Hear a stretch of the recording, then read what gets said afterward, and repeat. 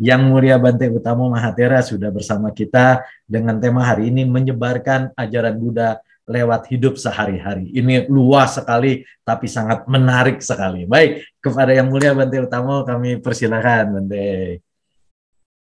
Terima kasih Pak Yani Dharma yang sudah selalu dengan luar biasa mengantarkan acara-acara dengan baik, menggembirakan, lucu, dan menarik, dan cerita-ceritanya juga bagus-bagus juga. Dan memang seperti yang tadi Pak Yani sampaikan, ini kesempatan yang luar biasa dan sangat menyenangkan karena kita bisa bergabung bersama-sama dengan Yayasan Bigfoot yang kalau tadi saya perhatikan, wah, kiprahnya, kegiatannya luar biasa sekali untuk pembinaan guru-guru, para dhamma duta kita di daerah-daerah yang segitu banyak. Tadi saya catat sekitar ada 48 guru Ya. agama. Wah, luar biasa sekali. Kemudian sekarang juga sudah ada niatan untuk membebaskan tanah 9.500 meter. Oh, ini luas sekali. Karena kalau di Blitar itu sama Jaya itu hanya 3.000 meter. Ini 9.000, berarti 3 kali lipat dari Wihara Samadhi Jaya. Sangat luas. Yang akan digunakan ada sekolahnya, ada cetianya, kemudian juga tentu ada Wisma Guru.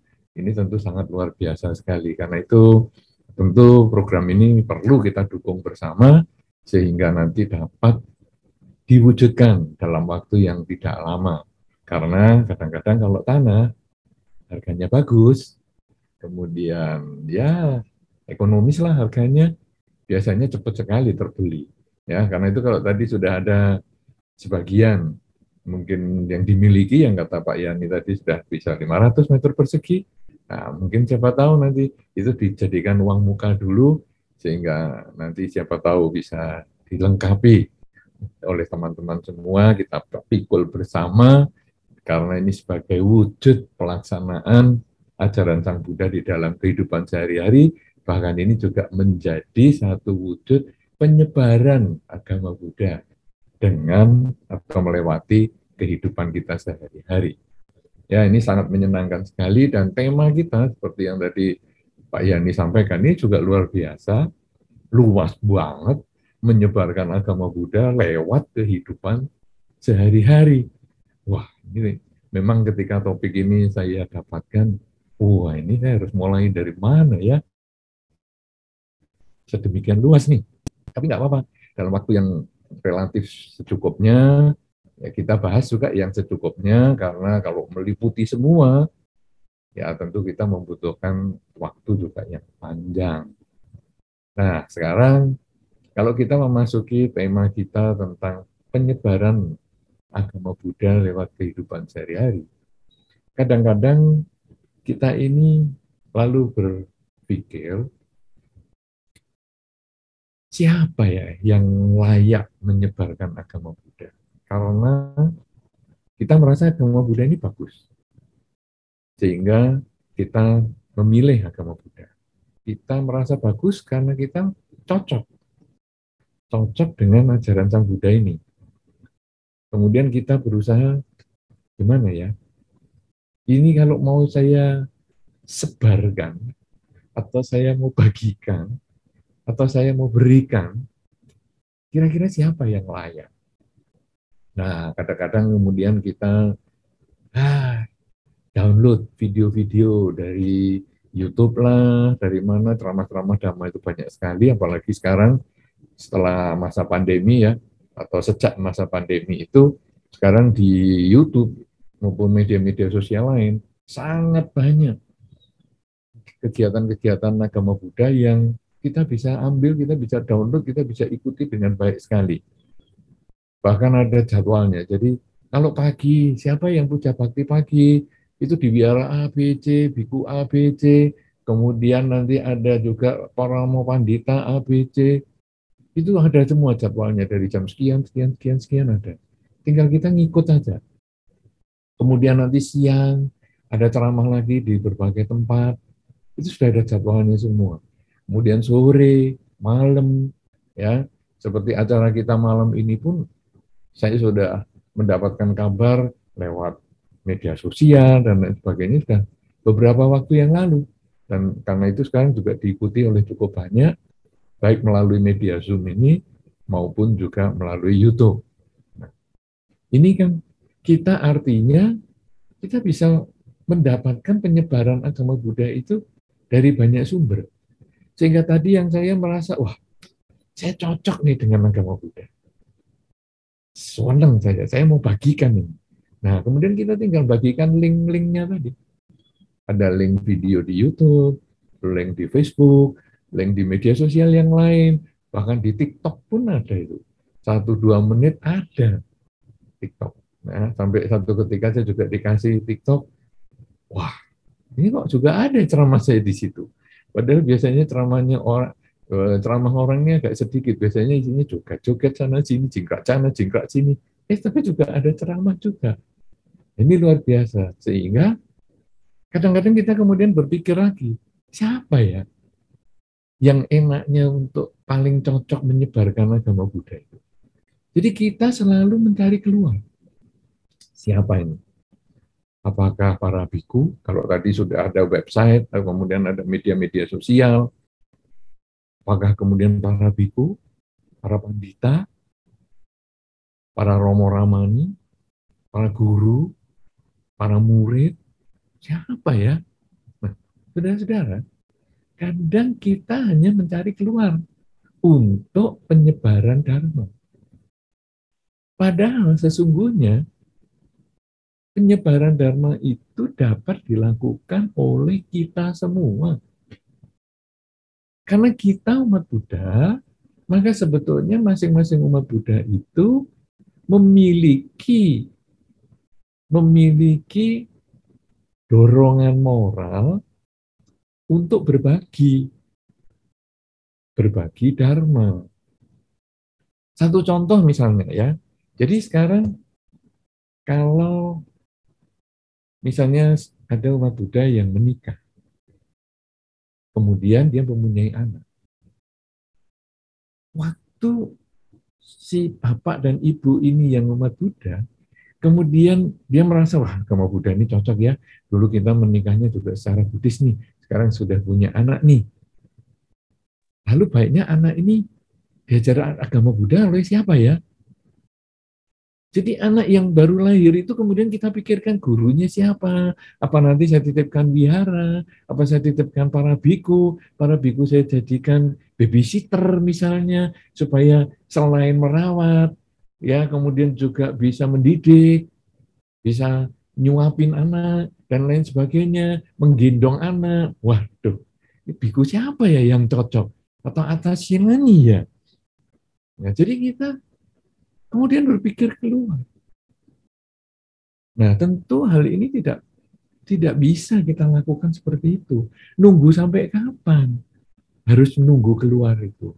Padahal pendidikan anak paling ideal semakin awal semakin bagus. Bahkan sejak dalam kandungan pun bagus.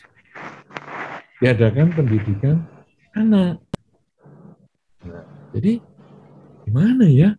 Nah, disinilah saudara, bahwa penyebaran dharma itu tidak harus dititipkan ke orang lain.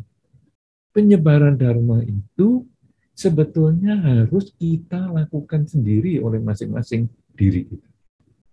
Jadi ayah dan ibu tadi ketika punya anak, atau bahkan sebelum punya anak, mereka melakukan pernikahan secara Buddhis, maka sejak pernikahan itu sebaiknya mereka rajin membaca parita bersama, meditasi bersama, kewihara bersama, diskusi dhamma bersama, segala sesuatu yang berkegiatan dengan berhubungan dengan dharma itu dilakukan bersama-sama.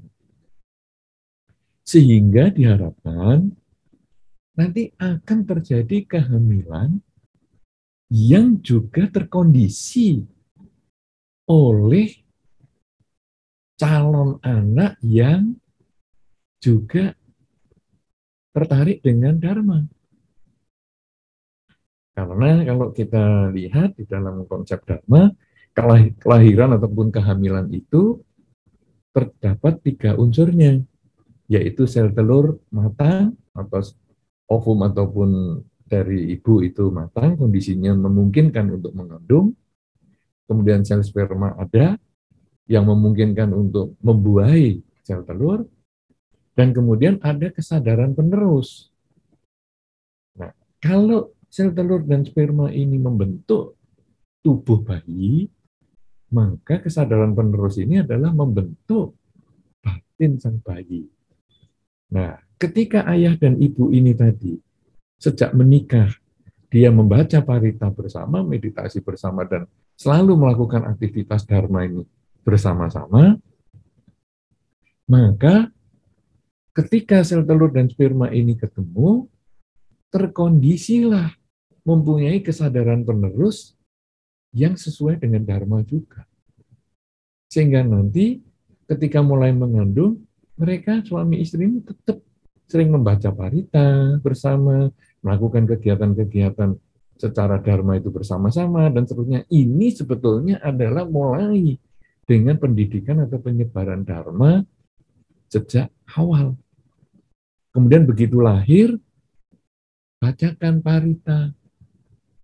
Katakanlah paritanya nama Kara, ataupun Wandana juga bagus. Jadi misalnya Namo Tassa Bhagavato Arahato Sama Sambuddhassa. Jadi di bayi ini dibisikkan, tidak usah diteriakin ya. Bayinya dibisikin saja. Namo Tassa Bhagavato Arahato Sama Sambuddhassa. 3 kali, sudah. Jadi kalimat pertama yang dia dengar, kata-kata pertama yang dia dengar adalah Namo Tassa Bhagavato Arahato Sama Sambuddhassa. Atau kalau mau agak panjang, di sarana.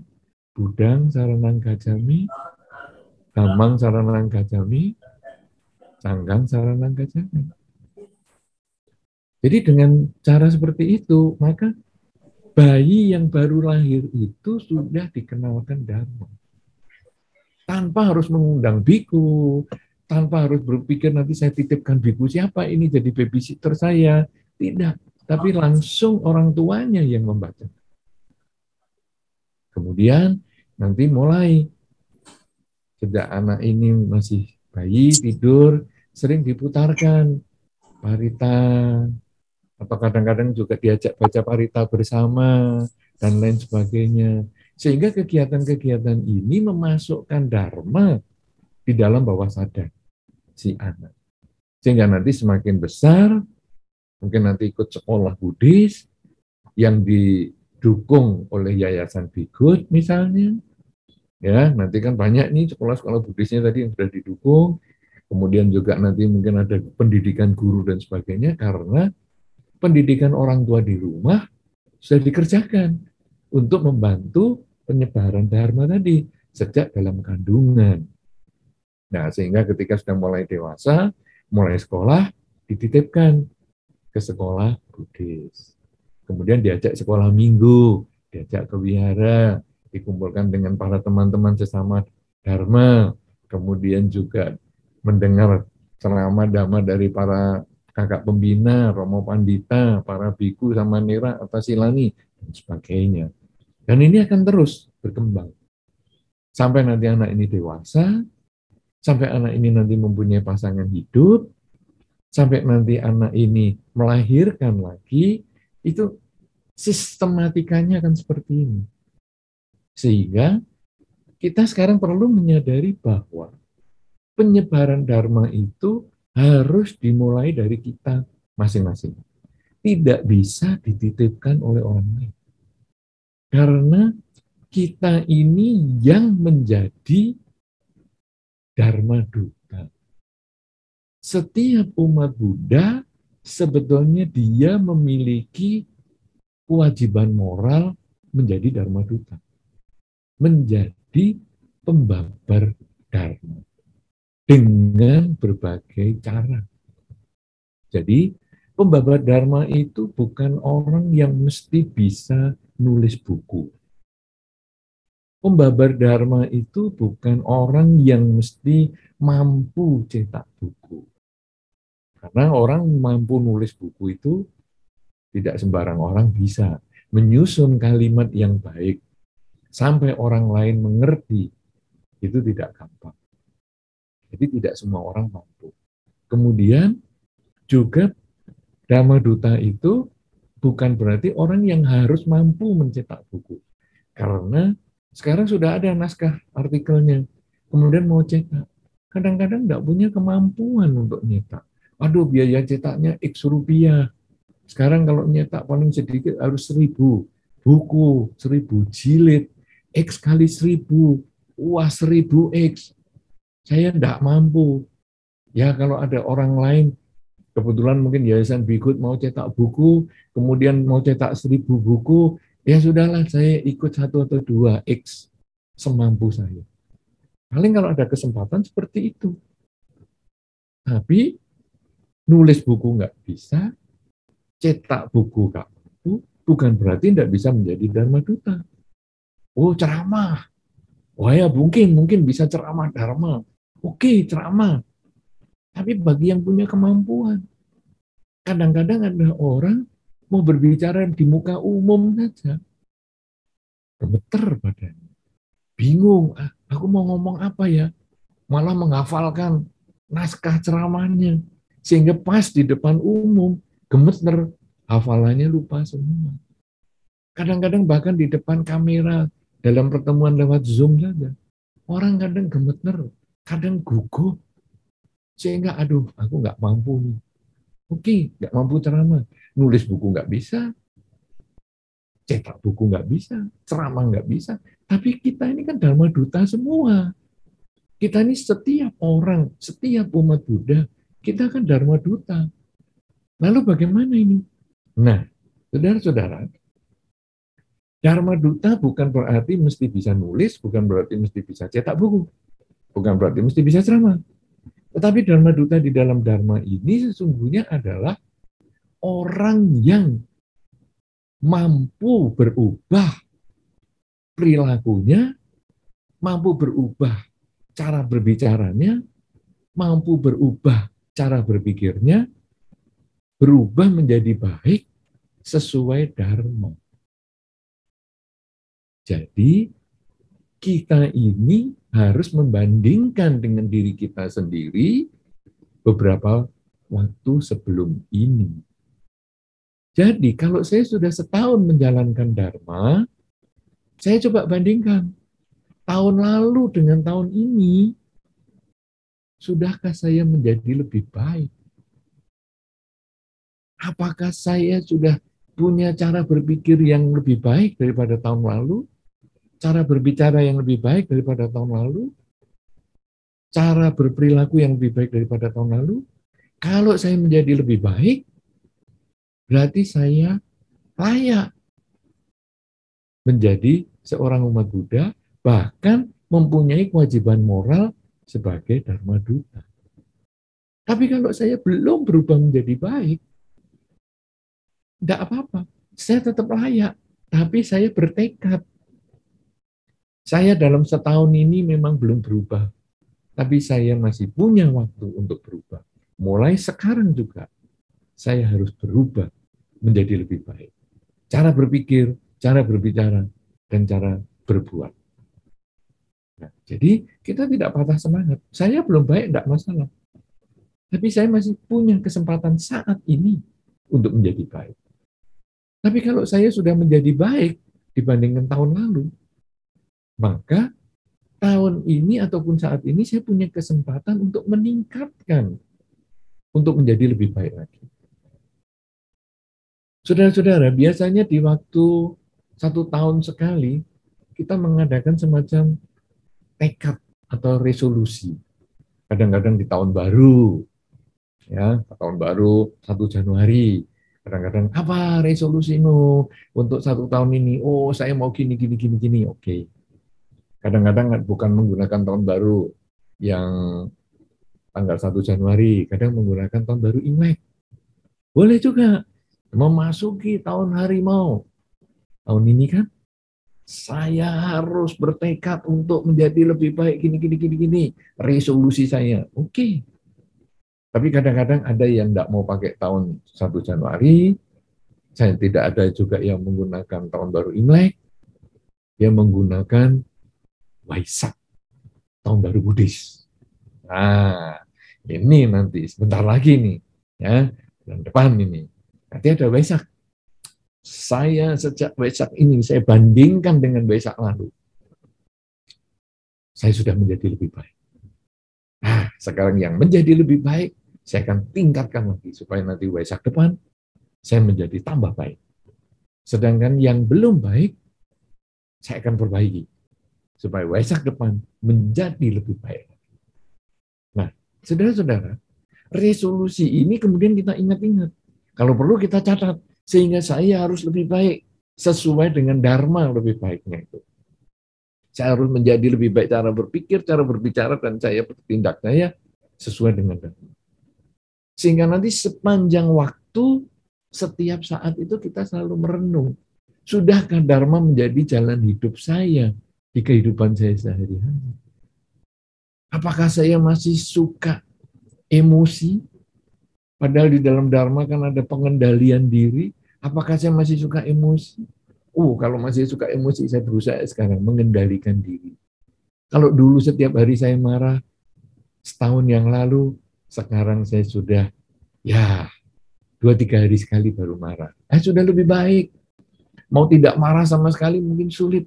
Tapi 2-3 hari sekali, oke. Nanti tahun depan, mungkin 5 hari sekali, seminggu sekali. Lama-lama 2 minggu sekali, baru marah. Lama-lama sebulan sekali. Lama-lama ditanya, kapan kamu terakhir marah? Nggak ingat. Udah lama sekali, saya sudah tidak pernah marah. Nah, ini kita sudah berubah secara dharma. Kemudian berpikir negatif. Ini paling suka banyak sekali kita ini berpikir negatif. Sehingga kita selalu menyesalin yang dulu. Kenapa aku dulu melakukan hal ini? Pikiran kita selalu dikacau dengan pikiran masa lampau, membuat kita saat ini menjadi tidak nyaman. Atau kita kegelisahan di masa depan. Nanti kalau aku rugi kerjaanku bagaimana ya? Kalau nanti aku tidak berhasil dalam bekerja gimana ya? Aku nggak sukses bagaimana ya? Terus kita gelisah terus. Pikiran-pikiran negatif semacam ini, kalau hanya pikiran negatif nggak ada penyelesaiannya, nggak ada gunanya. Tapi kalau secara dharma, begitu kita mikir, aku dulu kok ngomong gitu ya, oke. Yang sudah lewat, nggak usah disesali. Sekarang saya punya kesempatan memperbaiki dan saya tidak mengulang. Saya bertekad tidak mengulang kesalahan-kesalahanku di masa yang lampau. Sehingga nanti di masa depan, saya menjadi lebih baik. Kemudian dia khawatir, nanti masa depan saya bagaimana ya? Kan, nanti kalau kerjaan saya nggak berhasil, atau saya nanti umurnya nggak nyampe sesuai dengan yang saya harapkan, keluarga saya bagaimana? Kemudian kita gelisah. Nah, lalu kita ingat, gelisah, kalau di dalam dharma, ini perlu ada penyelesaian. Yaitu bagaimana? Kalau saya khawatir dengan masa depan, maka saya harus mempersiapkan saat ini yang terbaik. Saya takut usaha saya gagal di masa depan. Oke, kalau begitu saya harus lebih hati-hati di masa sekarang. Baik hati-hati dalam berkarya, bekerja, maupun di dalam penggunaan uang saya. Sehingga nanti tidak terjadi hal yang saya takutkan. Atau saya khawatir umur saya nanti nggak nyampe sesuai dengan harapan. Oke, kalau begitu mulai sekarang saya harus melakukan yang maksimal.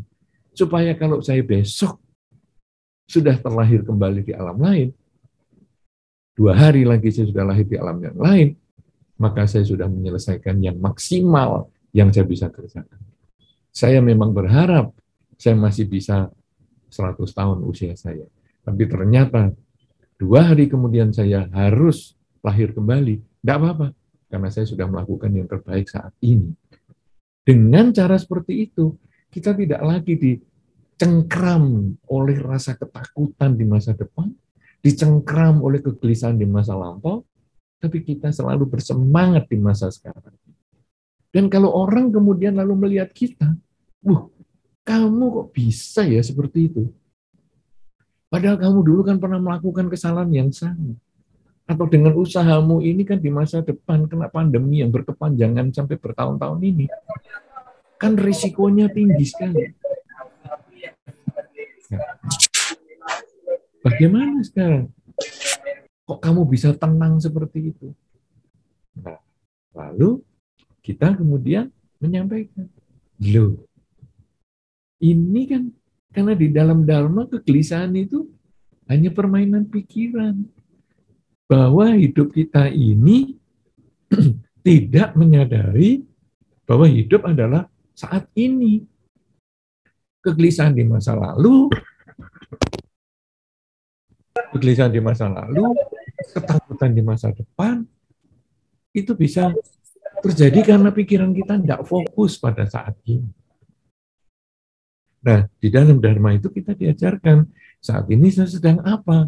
Sehingga saya selalu berusaha memaksimalkan saat ini. Saya memaksimalkan cara berpikir saya memaksimalkan cara berbicara saya memaksimalkan cara perbuatan saya. Sehingga saya selalu melakukan dengan efisien saat ini untuk memperbaiki masa lalu yang kurang, membangun masa depan yang lebih baik, untuk meningkatkan masa lalu yang sudah baik, dan tambah meningkatkan lagi di masa depan. Nah, kemudian mungkin orang itu tanya, loh kok kamu bisa sampai seperti itu? Kemudian kita menjawab, ya inilah Dharma. Inilah praktek Dharma di kehidupan sehari-hari. Kalau orang itu kemudian bisa nggak aku meniru? Bisa. Karena ini adalah cara berpikir. Mau agama apapun juga, kalau kamu mau berpikir dengan cara ini, kamu akan mendapat kebahagiaan yang sama. Kamu akan mendapat kualitas hidup yang sama tanpa harus mengubah agama. Nah, saudara-saudara, kalau sampai kita disorot seperti itu, orang lain lalu melihat kita, wah hebat ya kamu ya. Apa yang membuat kamu hebat? Kok kamu cara berpikirnya bisa segitu bagus? Cara berbicaramu bisa begitu baik? Cara tindakanmu kok begitu bijaksana? Maka kita sebetulnya sudah menjadi Dharma Duta. Karena orang luar itu kalau disuruh membaca buku Dharma, apalagi yang bukan Buddhis, dia tidak mau. Dia tidak punya kesempatan untuk membaca itu. Dia sibuk dengan membaca buku agamanya sendiri. Dia sibuk belajar keyakinannya sendiri. Orang lain kalau suruh nonton YouTube, ikut Zoom, dan lain sebagainya, kadang-kadang tidak punya kesempatan.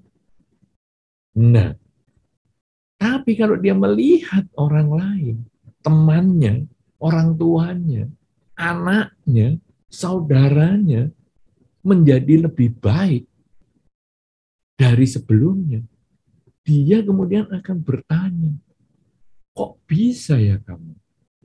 Kok bisa jadi lebih baik ya? Apa yang menyebabkan kamu lebih baik? Nah, tanpa baca buku, tanpa tulis buku, tanpa cetak buku, tanpa mengikuti acara-acara di media sosial, ceramah-ceramah dhamma dan lain sebagainya, kita sudah berbagi dharma. Dan kemudian kita langsung hanya menginput saja bahwa semua kelakuan saya, cara berpikir saya, dan cara bertindak saya ini terinspirasi oleh dharma. Dan kamu bisa melaksanakan walaupun kamu bukan umat Buddha. Dan kamu tidak harus menjadi umat Buddha. Karena ini adalah perilaku kemoralan yang bisa dilakukan oleh siapapun juga. Saudara-saudara, kalau kita sampai pada tahap itu, bahwa perilaku kita, ucapan kita, dan cara berpikir kita menjadi baik sesuai dengan Dharma, mengurangi ketamaan, kebencian, dan kegelapan batin, maka kita menjadi contoh untuk masyarakat. Di sekitar kita, pasangan hidup kita yang mungkin dulunya bukan Buddhis atau masih tetap bukan Buddhis, tapi melihat kita, dia akan menghormat, wah umat Buddha memang hebat. Mau jadi Buddhis silahkan, tidak jadi, tidak apa-apa. Kemudian anak juga, wah hebat sekali papa atau mama ini. Kok jalankan seperti itu? Aku mau ikut ajaran Sang Buddha. Kemudian mungkin tetangga kita juga begitu. Tanpa buku, diri kita ini sudah menjadi buku sendiri yang terbuka lebar, yang siap dibaca oleh setiap orang. Kemanapun kita pergi, di lingkungan apapun juga kita tinggal, di masyarakat, di sekolah, di mana saja tempat kita kerja, kantor, dan lain sebagainya. Kalau diri kita ini baik perilaku, ucapan maupun cara berpikir, inilah buku Dharma.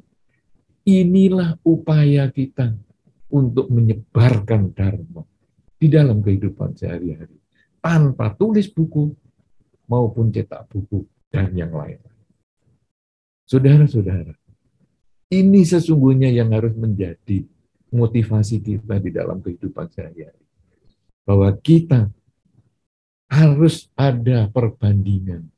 Setahun yang lalu, sudahkah saya sebaik hari ini? Kalau belum, sekarang tingkatkan. Kalau sudah baik, sekarang pun rawatlah hal yang sudah baik itu. Dan tingkatkan lagi yang sudah baik itu. Supaya semakin hari, semakin meningkat kualitas diri kita. Kalau di dalam Dharma dikatakan bahwa hidup kita ini hendaknya seperti lidah yang sedikit mengenal sayuran. Katakanlah rasa manis, pedas, asin, rasa sayuran. Sedikit terkena saja, langsung kita bisa membedakan. Itu biasanya ibu-ibu kalau memasak di dapur, kemudian mau merasakan, masakanku sudah enak belum ya? Kemudian diteteskan di telapak tangannya, kemudian dijilat, sudah cukup. Atau kurang asin, dan sebagainya. Nah, ini artinya lidah yang bisa merasakan rasa sayur itu walaupun setetes. Itu adalah orang yang mengenal Dharma walaupun sedikit, tapi dia sudah jalankan di kehidupan sehari-hari. Sehingga dia layak menjadi Dharma Duta. Kalau belum jalankan, ya dia tetap Dharma Duta. Karena Dharma Duta adalah tanggung jawab moral. Cuman dia harus lebih perbaiki lagi mulai sekarang sampai selama-lamanya. Jadi sendok ini untuk mengantarkan setetes sayur tadi agar bisa dirasakan. Kenapa demikian? Kok bukan sendoknya yang bisa merasakan? Sendok ini dicelup di sayur, ikut digodok bersama sayur, ikut digoreng bersama sayur, sendok ini tidak merasa. Sendok ini tidak tahu asin, tidak tahu manis, tidak tahu apa saja. Nah, ini di dalam Dharma juga diibaratkan seperti orang yang sudah lama kenal Dharma, tetapi tidak mau berubah. Cara berpikirnya masih seperti 15 tahun yang lalu. Cara berbicaranya masih seperti 15 tahun yang lalu. Cara berbuatnya masih seperti 15 tahun yang lalu. Bahkan dia bangga, dia mengatakan, nih aku itu dulu ya, orang yang pemarah. Dan hari ini pun aku masih orang yang pemarah. Jadi kalau aku marah, kamu harus maklum, karena memang inilah aku. Loh, kamu kan sudah 15 tahun kenal Dharma. Kok nggak berubah? Oh, nggak bisa. Dharma mengubah aku tuh nggak bisa. Orang tua aku pun nggak bisa mengubah. Pasangan hidup pun nggak bisa berubah. Aku memang sudah begini. Saudara-saudara, keras kepala seperti ini, kok bangga? Sebetulnya ini kan justru keliru. Ini kan seperti sendok tadi. Sendok yang digunakan untuk mengaduk sayur tapi nggak pernah merasakan. Dan kadang-kadang di sekitar kita ketemu orang seperti itu. Dan kadang kita pun seperti itu. Sehingga kita harus menyadari sekarang. Pasangan hidup kita, anak kita, tetangga kita, teman kerja kita. Pernah nggak ngomong dengan kita? Kamu memang sama dari dulu kok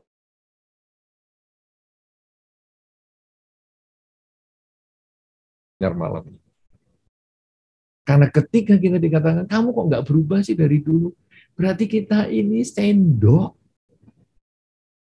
Kita ini, aduh aku kok sendok ya? Aku sudah sering ke wihara, sekarang di masa pandemi ini aku sering mendengarkan lewat Zoom, saya aktif di Zoom. Kok saya nggak berubah? Aduh, aku harus mulai sekarang berubah. Tapi ketika kita mendengar teman kita, pasangan hidup kita, anak, kemudian orang tua kita, tetangga, dan lain sebagainya mengatakan, ini kamu bagus. Dulu kamu kalau ada masalah seperti ini, emosimu meledak-ledak. Sekarang kamu bisa sabar. Kok bagus kamu? Nah, ini Dharma Duta yang sesungguhnya. Ini yang kita kemudian mengatakan, duh, saya begini ini ada sebab. Saya setelah kenal Dharma, saya jalankan. Kenapa? Karena saya ini seperti lidah. Setetes saja saya merasakan sayur. Saya langsung tahu manis, asin, dan sebagainya. Sedikit saya mengenal Dharma, saya langsung bisa praktekkan di kehidupan sehari-hari. Dengan cara demikian, saudara, kita sudah menyebarkan ajaran Sang Buddha lewat kehidupan sehari-hari. Harus berubah dulu diri kita. Apalagi kita bisa mendukung kegiatan-kegiatan sosial kemasyarakatan, baik yang diselenggarakan di wihara maupun di dalam masyarakat sehari-hari. Kalau di wihara misalnya, atau di lingkungan Buddhis misalnya ada yayasan Bigut, misalnya, ini mau ada pembelian tanah misalnya seluas 9.500 meter. Wah, harganya berapa nih? 80.000. Wah, oke lah. Saya nyumbang 100.000. Wah, kan lumayan. Sudah 1 meter persegi. Ya, lebih lagi. Saya nyumbang. Tapi, saya punya 1 juta. Lebih lagi banyak. Nggak masalah. Itu sudah lebih bagus. Kemudian, kalau kita bisa berbuat baik seperti itu, kemudian mungkin ada cetak buku. Saya ikut cetak buku Parita mungkin, buku Dharma. Atau tadi, Yayasan Biku juga menyelenggarakan guru asuh, Dharma Duta asuh. Wah, aku juga mau aku mau berdana. Entah itu dana tetap, rutin itu, ataukah saya dana yang pokoknya ya selama saya ada rezeki ya saya berdana. Enggak, saya hari ini saya belum cukup ya saya enggak misalnya. Kan banyak hal yang bisa lakukan. Jadi saya membantu juga penyebaran Dharma. Nah, kemudian yang di luar Buddhis misalnya, ada bencana alam di sana, aku juga ikut Kalau perlu aku ikut tenaga ke sana, bantu untuk mendukung supaya meringankan korban bencana alam karena aku dokter, aku kepingin membantu untuk fasilitas kesehatannya misalnya. Atau mungkin aku bisa memberikan mereka pakaian misalnya, atau makanan misalnya, dan lain sebagainya. Jadi banyak hal yang kita bisa kerjakan setelah kita sendiri berubah. Karena waktu kita berbagi itu, cara berpikir kita sudah berbeda. Bahwa aku bisa berubah menjadi lebih baik, dan salah satu kebaikannya adalah mengkondisikan orang juga menjadi lebih baik. Kemudian cara berbicara juga begitu. Cara berbicaraku sudah baik. Sekarang juga aku mengkondisikan orang berbicara yang baik juga. Jadi kalau ada orang-orang suka gosipin yang jelek-jelek, aduh si ini ya, waduh kalau ceramah di wihara membosankan gini-gini, tenang. Kamu jangan seperti itu. Kamu dengarkan ceramahnya. Kamu bosan karena mungkin kamu nggak suka sama orangnya, tapi dengarkan ceramahnya. Karena ceramahnya itu tentu akan bermanfaat. Nah, jadi ucapan kita yang sudah terinspirasi oleh Dharma, itu nanti kita bisa bagikan kepada orang. Menjadi orang itu kemudian, iya ya, kan yang penting aku ke wihara itu kan mendengar Dharma. Bukan aku membenci si A, si B, si C. Oke, saya mau fokus. Dengan cara seperti itu, akhirnya ucapan kita pun bermanfaat. Kemudian perilaku Dharma. Apa ini? Perilaku yang bisa meringankan penderitaan makhluk lain. Misalnya sekarang, kok ada umat yang sakit ya? Gimana ya kalau saya berkunjung ke sana, kemudian saya informasi dulu, boleh nggak aku berkunjung? Aku sudah vaksin loh, ya, aku sudah booster loh, ya, boleh nggak aku berkunjung? Perlu nggak ada PCR atau antigen. Oh enggak, silakan berkunjung. Nah, kemudian kita berkunjung. Lalu bagaimana kamu? Sehat-sehat? Enggak, aku sakit begini. Oh, boleh aku bantu baca parita? Oh silakan. Nah, jadi perilaku kita itu menjadi bagian dari pembabaran dharma. Lalu kita bacakan parita. Sehingga sekeluarga bahagia, kita pun juga bahagia karena memberikan manfaat perilaku kita. Saudara-saudara, jadi pembabaran dharma ini, menyebarkan agama Buddha ini, menyebarkan ajaran Sang Buddha ini, tidak harus dibebankan kepada pihak lain. Tetapi kita sebagai umat Buddha, kita otomatis punya tanggung jawab moral untuk berbagi dharma. Cara berbagi dharmanya bukan secara teori, tapi cara berbagi dharmanya adalah dengan melaksanakan dharma di kehidupan sehari-hari. Sehingga pelaksanaan dharma itu memperbaiki cara berpikir, cara berbicara, dan cara bertindak kita, sehingga kita berkurang ketamaan, berkurang kebencian, dan berkurang kegelapan batinnya. Sehingga orang akan mengatakan, kamu sekarang cara berbicaranya jauh lebih baik daripada setahun yang lalu. Kamu sekarang perbuatannya juga jauh lebih bagus daripada yang dulu. Kalau sampai kita seperti itu, berarti Anda berhasil. Kita berhasil menjadi Dharma Duta. Kalau kita dikatakan, kamu ini masih tidak berubah, sudah kenal Dharma sekian lama kok masih tidak berubah, berarti kita masih harus terus mengembangkan kualitas diri kita dengan melatih kerelaan, kemoralan, dan konsentrasi. Dana, sila, dan samadhi terus kita kembangkan dalam kehidupan sehari-hari, sehingga semakin hari kita menjadi semakin baik. Hidup kita menjadi semakin berkualitas, dan akhirnya kita semua layak menjadi Dharma Duta yang membantu menyebarkan ajaran Sang Buddha lewat kehidupan sehari-hari. Dan inilah menjadi tugas kita bersama, selain kita bisa membantu pembangunan wihara, pembangunan sekolah, menyantuni guru asuh, dan sebagainya, tapi kembalilah pada perubahan perilaku kita, ucapan kita, dan cara berpikir kita.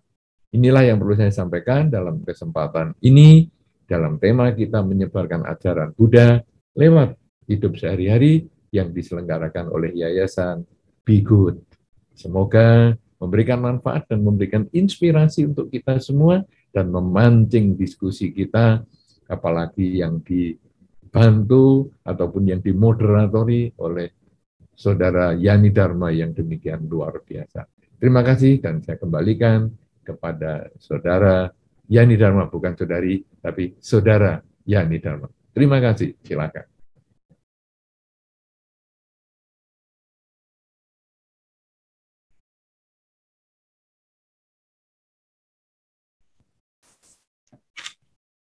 Baik, terima kasih Bante Utamo Mahatera. Waduh, ini terasa kalau di panggung kita pasti tepuk tangan ini Bante.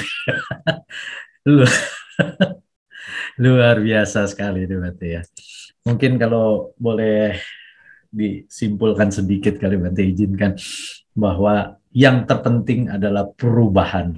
Itu yang selalu Bante pesankan, mau agama apapun, asal bisa menjadi lebih baik dalam ucapan, pikiran, dan perbuatan, itu adalah sudah yang terbaik. Apalagi kita sebagai umat Buddha yang sudah mengenal Dhamma dan bisa diajarkan, sehingga kita menjadi mempunyai kesempatan untuk berbuat baik lebih banyak lagi. Saya teringat teman saya yang non-Buddhis berprinsip sama, bahwa yang terpenting kita adalah berbuat baik ya. Oh iya betul, daripada kita sama-sama satu agama tapi malah ributin tentang agama, ya lebih baik kita berbuat baik. Ini satu pesan yang bagus banget Bante, bahwasanya mari bersama-sama, apalagi dalam situasi pandemi, sudah mudah-mudahan berlalu, jadi kita pulih bersama, kita pulih semakin kuat. Itu dijadikan tema di dalam G20 ya. Stronger together, apa, recover together, recover stronger. Ini memang mari bersama-sama dan difasilitasi oleh Yayasan Be Good yang senantiasa berkarya untuk pendidik-pendidik di mana-mana, terutama di daerah-daerah untuk masa depan anak cucu kita. Ibu bapak, saudara-saudara sekalian, kini tiba saatnya mungkin boleh kalau mau bertanya, ya biasa ada Ibu Wahyuni, Ibu Harita, Ibu siapa lagi, Mutia, silahkan kalau ada yang mau bertanya. Sudah yang raise hand ya, Fendi ya?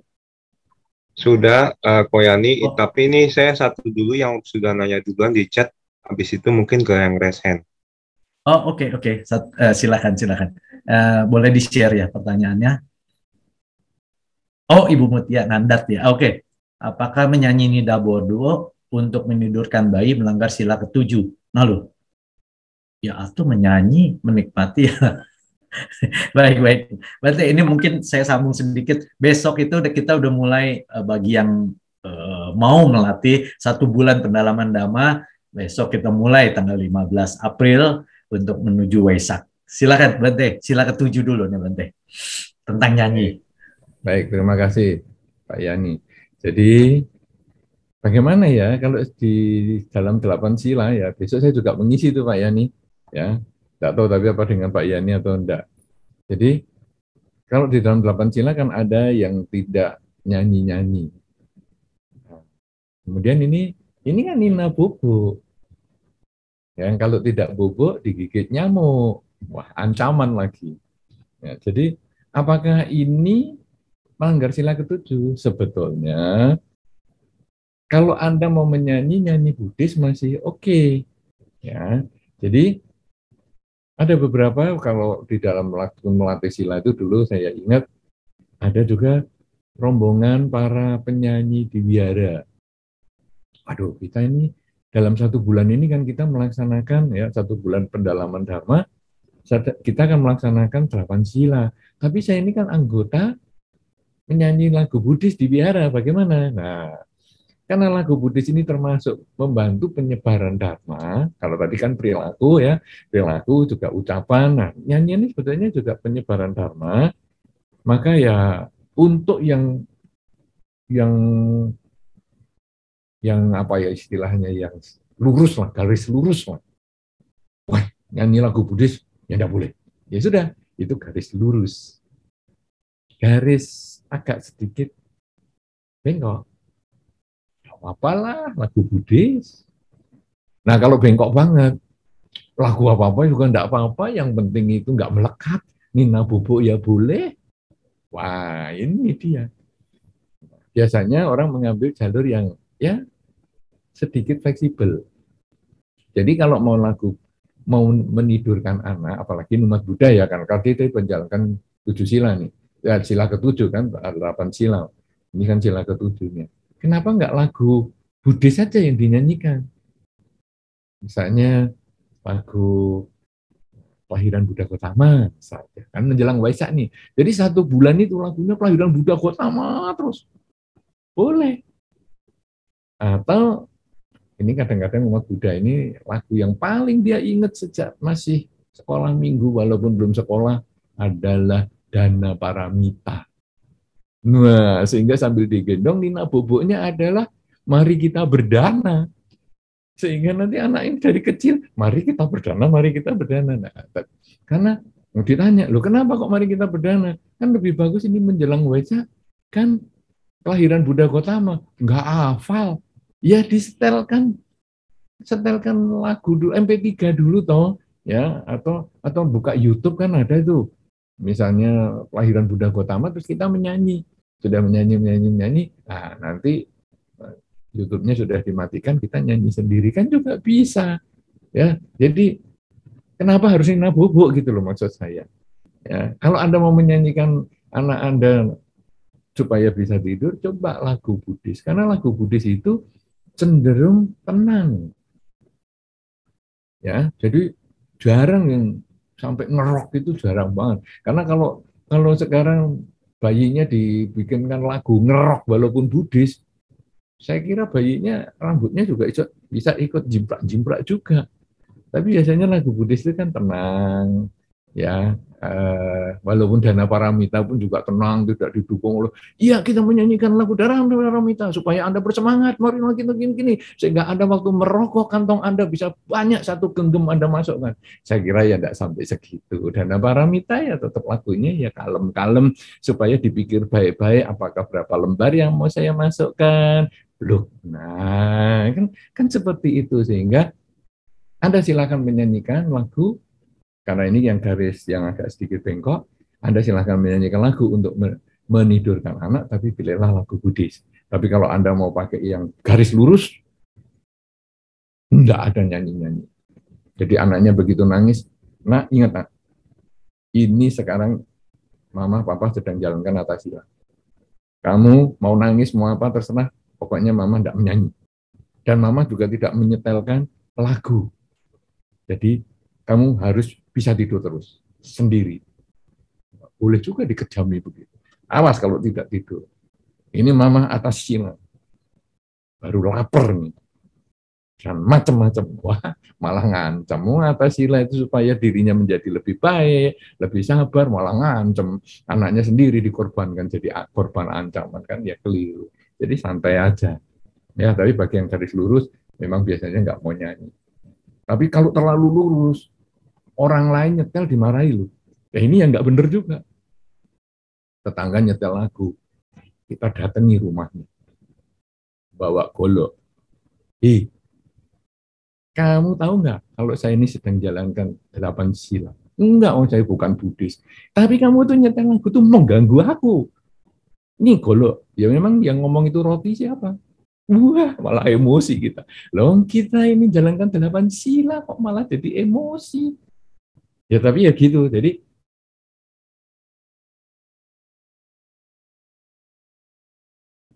kan kita tidak mungkin nyetel, kan tidak mungkin kita ke rumahnya dia untuk suruh matikan. Itu di Bodhgiri paling sering tuh. Kalau musim pernikahan, wah, semua pada nyetel musik sekenceng-kencengnya 5-6 rumah tangga itu. Ya, tapi kita tenang aja, kita tidak mungkin datangi mereka satu-satu. Karena prinsipnya kita mengatakan, kamu nyetel musik, kamu tidak mikiri saya yang sedang jalankan sila.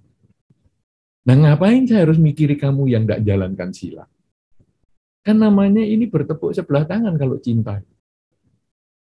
Jadi kita mencintai dia tidak mencintai kita. Lah untuk apa menyakiti diri kita sendiri? Rugi kan? Nah, makanya kita begitu tahu, wah, aku cinta bertepuk sebelah tangan, nggak mau. Kamu tidak mikiri saya, kenapa aku harus mikiri kamu? Tidak reken juga. Saya nggak mau juga ngereken kamu. Sudah, beres. Dan akhirnya dia nyetel-nyetel sendiri, saya ya santai-santai sendiri. Tidak goyang-goyang, tidak apa-apa, tidak perlu tutup kuping. Nah, begitu. Jadi inilah bagian dari menyebarkan ajaran Sang Buddha di kehidupan sehari-hari. Bagaimana kita bisa mengendalikan diri. Walaupun saya 8 sila, ketika di mobil, kadang-kadang juga ya mungkin kita ketemu orang yang nyetir, ngantuk Bante, boleh nggak nyetir pakai musik? Lah gimana? Masa saya matikan itu? Kamu nggak tahu ya kalau biku tuh nggak seperti ini, jalaninya nggak mendengar. Nah, akhirnya kalau dimatikan ngantuk, yang kecelakaan kan kita juga. Ya sudah sana. Nah, akhirnya kan tenang. Nah, itu bagi Anda yang jalankan 8 sila mulai besok, ingat bahwa itu adalah latihan pengendalian diri, bukan mengendalikan orang lain. Ketika Anda tidak mengendalikan orang lain, tapi Anda bisa mengendalikan diri, itu Anda yang luar biasa. Mengendalikan orang lain itu hanya orang kuat.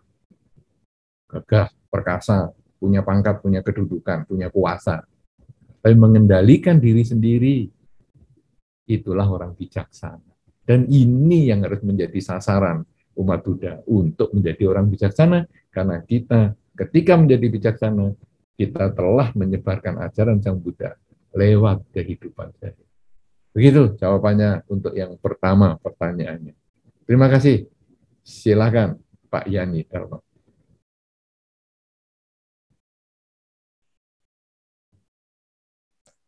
Baik, Bante, terima kasih. Wah, ini pertanyaan diawali pertanyaan untuk persiapan besok ya, Bante.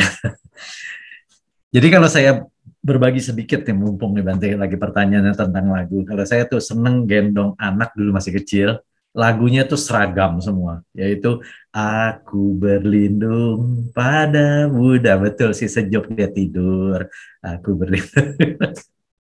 Terus karena anak saya lebih dari satu, ada yang selanjutnya bosen Pak, udah mulai bisa ngomong. Ya udah baca parita, namo tassa. Ada yang langsung tidur, tapi ada juga yang maunya panjang atau tengah malam bangun minta dibacakan parita panjang, jangan diulang dong, baca lagi. Ya, ya itu konsekuensi kehidupan ya Bante. Jadi ya mau tidak mau saya belajar lagi baca parita, jadi hafal banyak ya demi semuanya. Dan seperti tadi Bante katakan, ya akhirnya ya malu juga kalau kita udah membacakan parita Karania Metta Sutta, sebarkan cinta kasih pada semua makhluk dan sebagainya. Tapi terus kita marah-marah sendiri. Waduh, anak juga protes. Kok marah? Ya, ya itu memang lika-liku kehidupan ya Bante. Yang penting kita bisa mempraktekkan Dhamma dalam kehidupan kita sehari-hari seterusnya. Baik, kita ke raise hand dulu kali ya, Fedi ya, boleh ya? Ya, Ini boleh Pak Yani. Ibu ada teman Harita. setia kita Bante, Ibu Harita. Silakan Bu Harita, dibuka. Madami Bante, Namo Buddhaya Koyani, nice to see you again. Bante yang menyangkut tadi yang nyanyi, berarti kalau orang yang atas sila selamanya nggak boleh nyanyi dong kalau gitu. Kalau nyanyinya lagu-lagu rohani boleh dong mestinya kalau bukan yang garis lurus ya. Tapi pertanyaan saya yang intinya sebetulnya yang mau saya tanyakan bukan itu. Satu pertanyaan saya yang saya lihat sekarang di fenomena di Indonesia, mahasiswa itu kan berpendidikan Bante, tapi kenapa melakukan hal-hal yang anarkis, yang menyebabkan keributan? Itu sedih loh lihatnya Bante. Apalagi ada yang sampai dosen, sampai babak belur seperti itu.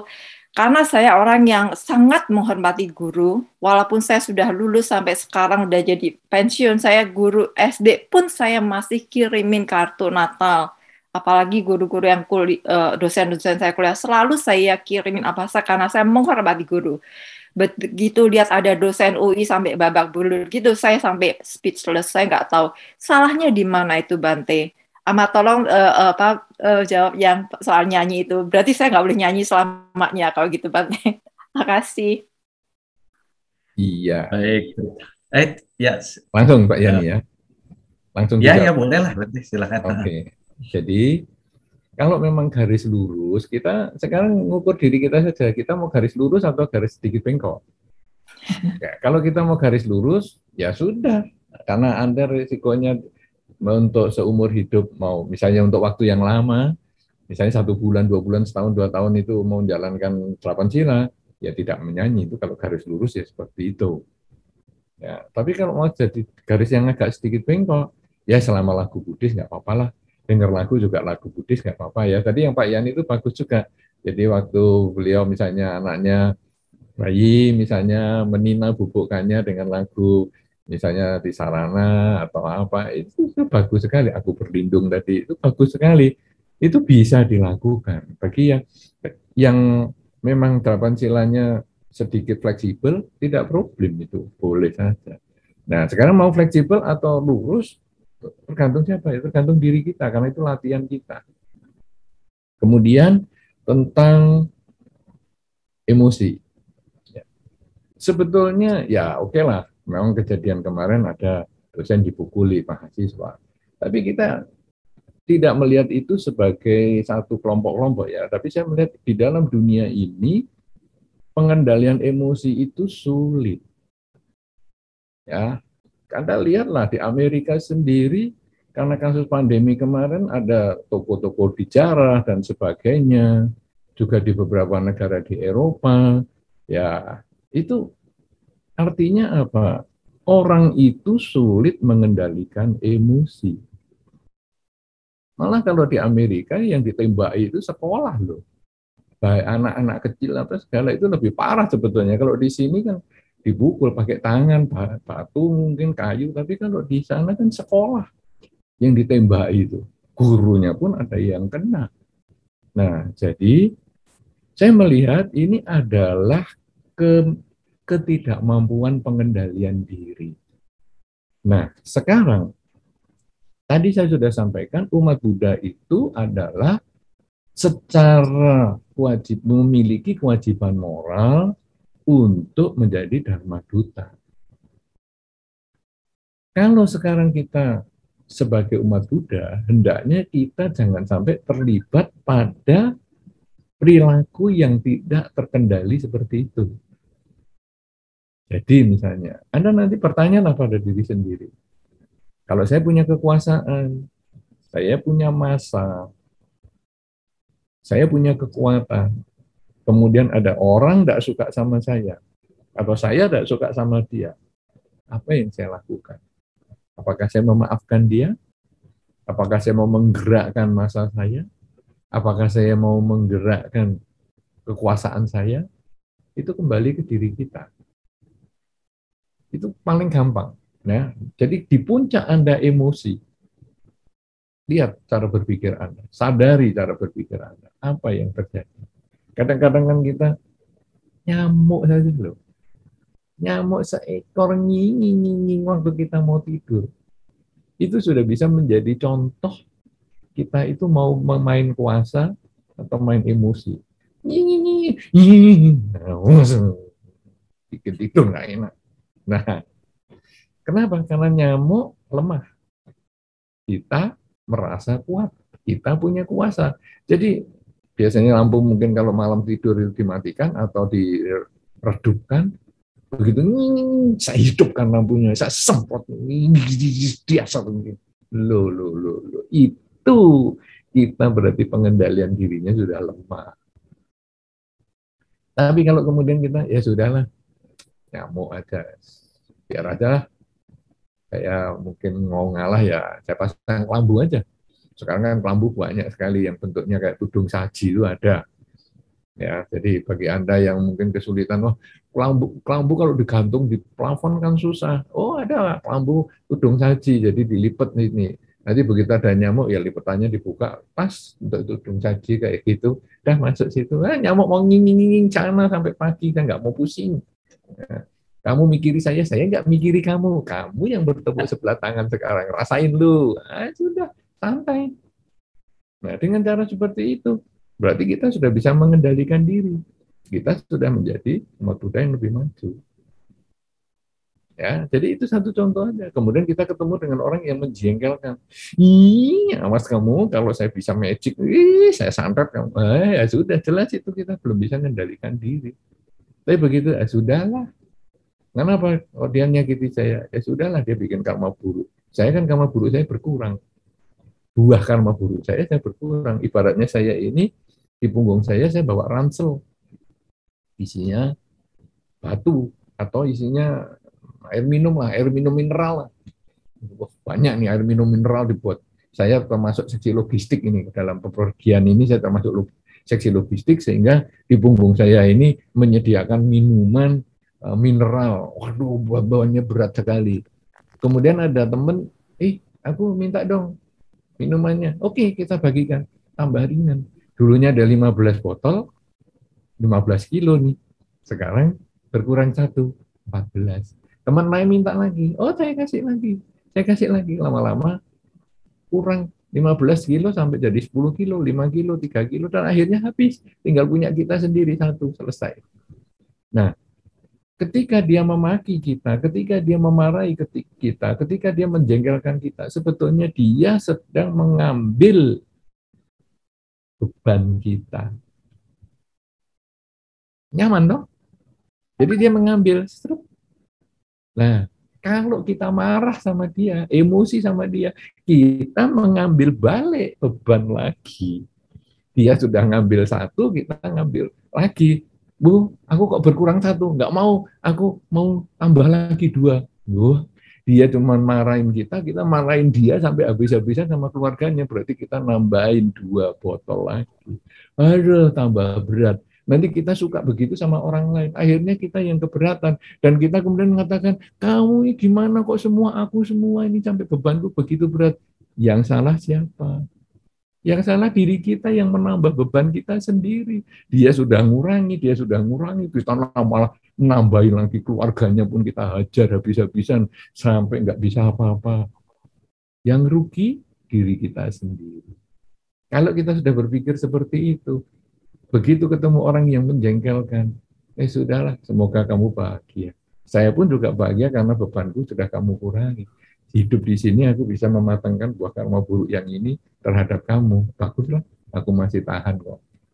Demikian pula yang lain, ngurangi beban lagi yang lain.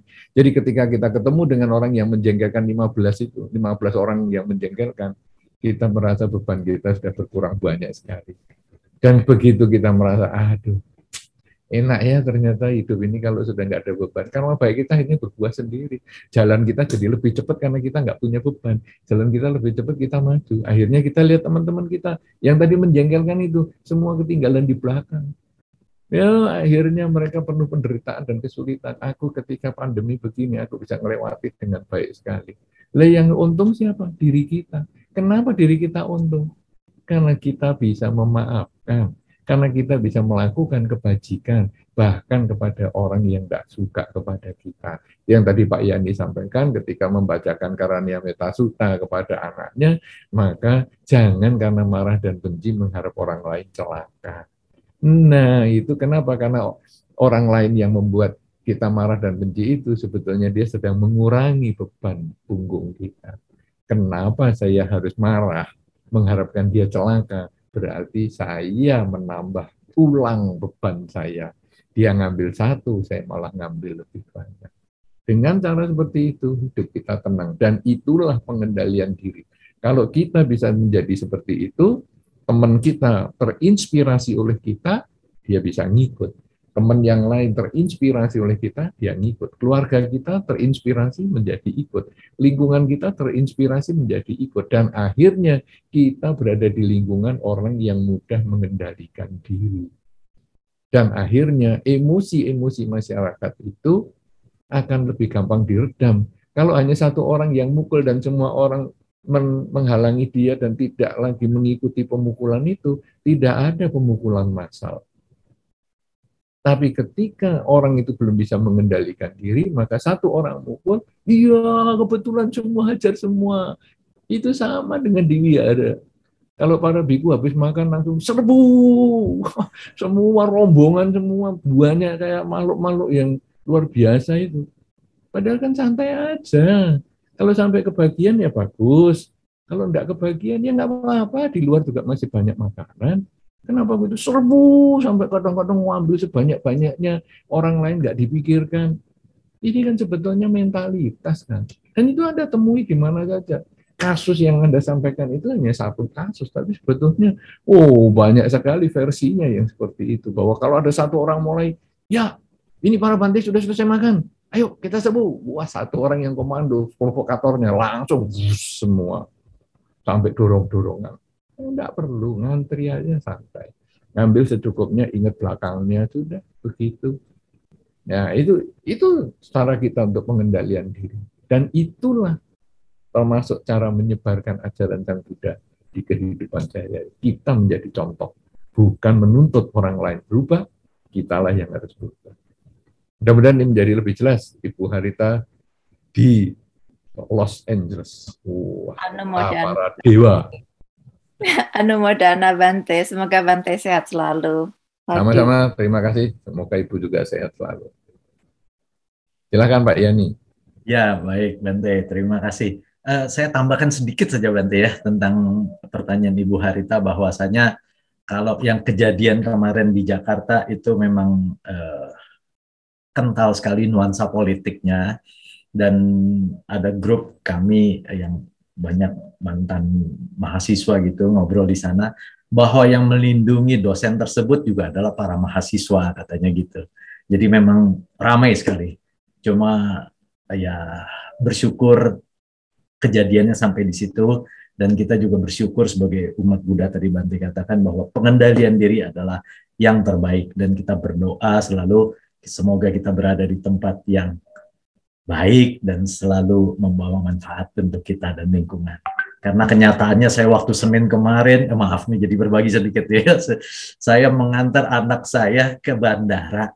Saya tuh betul-betul nggak realize bahwa itu ada demo, baru di jalan dengerin radio, loh demo loh, kita nggak boleh lewat depan DPR, jadi kita muter, dan jalanan sepi sekali.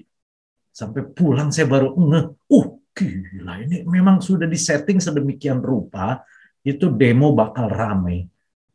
Tapi ya untungnya bersyukurnya semua berlalu dan saya juga, kita selamat semuanya dan tidak kena macet dan sebagainya.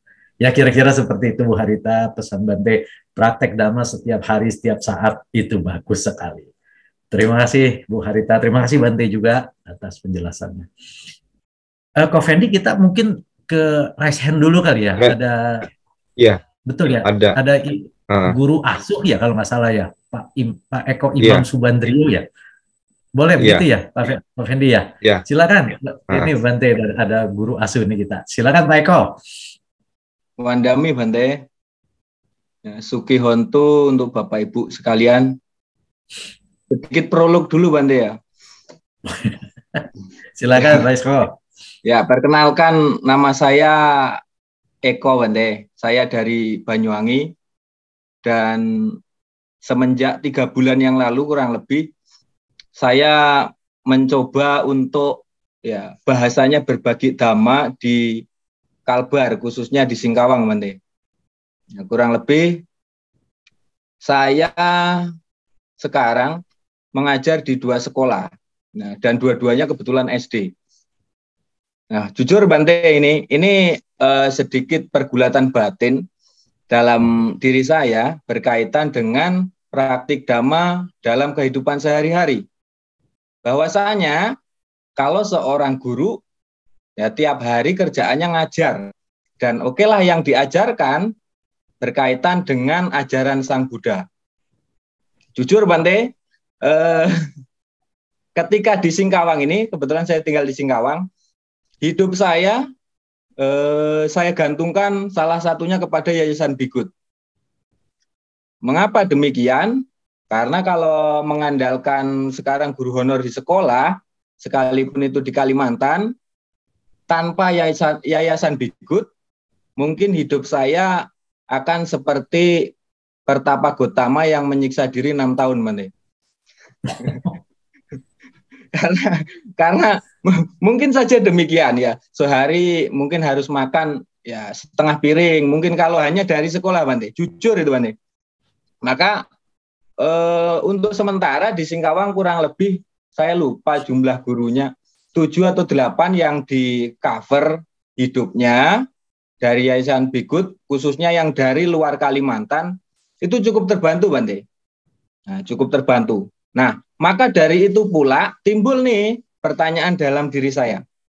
Waduh, praktik dhamma dalam kehidupan sehari-hari, saya sebagai guru mengajar nih di sekolah. Yang saya ajarkan, okelah, dalam artian orang-orang menyebut ini juga bagian dari dhamma, sekalipun banyak teorinya. Tetapi yang saya pikir, nih jujur pribadi, yang saya pikir bukan hanya tentang mengajarnya, atau jangan-jangan saya mengajar ini hanya sekedar formalitas, Bante. Formalitas dalam bekerja. Di sisi lain saya menunggu gaji, ya baik dari sekolah ataupun Yayasan Bhikkut untuk mencukupi kehidupan saya. Nah, apakah ini menurut pendapat Bante, yang saya lakukan ini termasuk kategori praktik dhamma dalam kehidupan sehari-hari atau sekedar formalitas mengajar yang pada akhirnya saya menerima gaji untuk mencukupi kehidupan saya? Itu Bante. Terima kasih. Baik, terima kasih Saudara atau Pak Eko Imam Subandrio. Senang sekali saya bisa mendengar pengalaman Anda, orang Banyuwangi yang kemudian tinggal di Singkawang dan mengajar di sekolah. Bagus sekali. Ya, berarti kan acara ini bisa diikuti sampai di Singkawang, di LA tadi, Los Angeles, kemudian mungkin dari berbagai tempat dan kota yang lain, penjuru dunia yang lain. Bagus sekali, acara yang sangat bermanfaat. Nah, kemudian saya juga mengucapkan ikut luar biasa sekali dengan perjuangan Anda, bahwa dengan gaji yang pas-pasan sehingga sebetulnya bisa menjadi pertapa, tapi Anda bisa bertahan untuk waktu yang lama, apalagi juga didukung oleh Yayasan Be Good yang tentu ini juga kita berarti memahami manfaat dari yayasan ini, sehingga akhirnya Pak Iko Imam Subandrio ini tidak lagi bisa menjadi pertapa, ya, karena saya lihat kemudian wah, badannya juga masih oke, sudah tidak kurus kering, ya itu. Nah ini bagus ya, perjuangan Anda. Tinggal sekarang problemnya kan begini, saya ini praktek dharma atau saya mengharapkan materi? Sebetulnya begini, Anda ketika praktek dharma melatih pikiran positif, ucapan baik, dan cara bertindak yang baik, Anda mengajar, kemudian menjadi contoh bagi anak-anak, dan lain sebagainya, itu adalah Anda praktek dharmanya. Kemudian gaji atau penghasilan, ini sebetulnya istilahnya kan professional fee ya. Jadi Anda bekerja itu tentu bagian dari nafkahnya. Jadi Anda itu kalau ditanya misalnya KTP-nya dong, KTP profesinya apa? Nah, profesinya adalah guru. Jadi guru itu karena dia pekerjaan, dia layak untuk mendapatkan imbalan. Jadi bukan berarti kalau, wah, saya kan praktek dhamma, berarti gratisan. Enggak. Bahkan pandita pun sebetulnya, saya tidak tahu ya apakah Dhamma Duta ini termasuk pandita, tapi Bikut mungkin nanti bisa menjelaskan. Kalau tadi kan guru agama dan Dhamma Duta. Nah, apakah Dhamma Duta ini pandita? Karena pandita pun sebetulnya ketika dia berbagi dharma, dia misalnya pandita ini adalah pengusaha misalnya, ataukah pandita ini punya pekerjaan tetap, buka toko, mungkin buka bengkel, dan lain sebagainya. Tetapi dia senang mengajar. Kemudian pandita ini pergi ke biara, dan kemudian pandita ini mendapatkan amplop sebagai professional fee. Jadi dia, orang yang ke biara itu kalau ceramah dikasih X rupiah. Nah, sekarang dia mau ngapain? Kalau dia memang sudah merasa cukup dengan hasil bengkelnya atau buka tokonya, nah ini dana ini bisa dikasihkan ke biara lagi. Ya sudahlah, silakan, ini biara yang pakai dananya.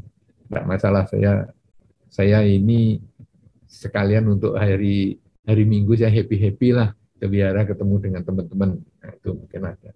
Tapi ada juga Dhamma Duta yang memang ekonominya terbatas, sehingga ketika dia mendapat amplop tadi professional fee, ya dia terima, karena ini nanti juga untuk kehidupan keluarganya. Itu tidak masalah. Ini hal yang umum sekali, karena profesi seseorang itu bermacam-macam. Ada yang berdagang, ada yang pengusaha, montir, seniman, nah kemudian juga guru termasuk guru agama. Jadi itu hak Anda untuk mendapatkan gaji, mendapatkan donasi dari Be Good, itu adalah hak Anda. Anda tidak punya beban untuk misalnya, aduh aku kan tidak melaksanakan dharma. Enggak. Nah nanti pelaksanaan dharma itu misalnya Anda merasa, 1 bulan ini kok saya punya kelebihan ya, nah, saya mau berdana. Tapi karena dana saya ya kelebihannya tidak terlalu banyak, ya saya masukkan aja kotak dana. Jadi tidak ada orang tahu, tapi yang tahu adalah diri saya sendiri. Tidak apa. Itu perbuatan baik Anda. Tetapi terima professional fee, istilahnya itu ya honor, itulah hak Anda. Seniman misalnya, seniman melukis misalnya. Dia melukis itu karena hobi. Tapi ketika dijual kok dapat duit, dia tidak merasa bersalah. Karena memang dia pekerjaannya adalah melukis. Dan dijual untuk mendapatkan uang untuk kehidupan keluarganya.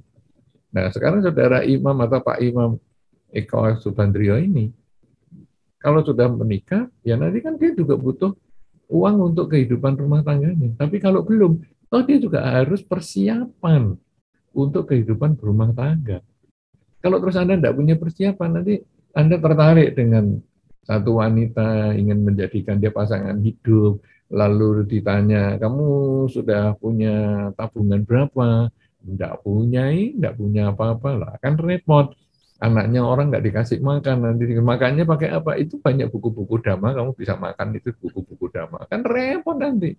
Ya, itu ada kertas-kertas ulangannya anak-anak itu bisa kamu makan juga. Loh, memang mau istrinya rengat apa ngengat atau apa itu ya apa itu apa ngengat itu ya rayap. Apakah istrinya itu rayap?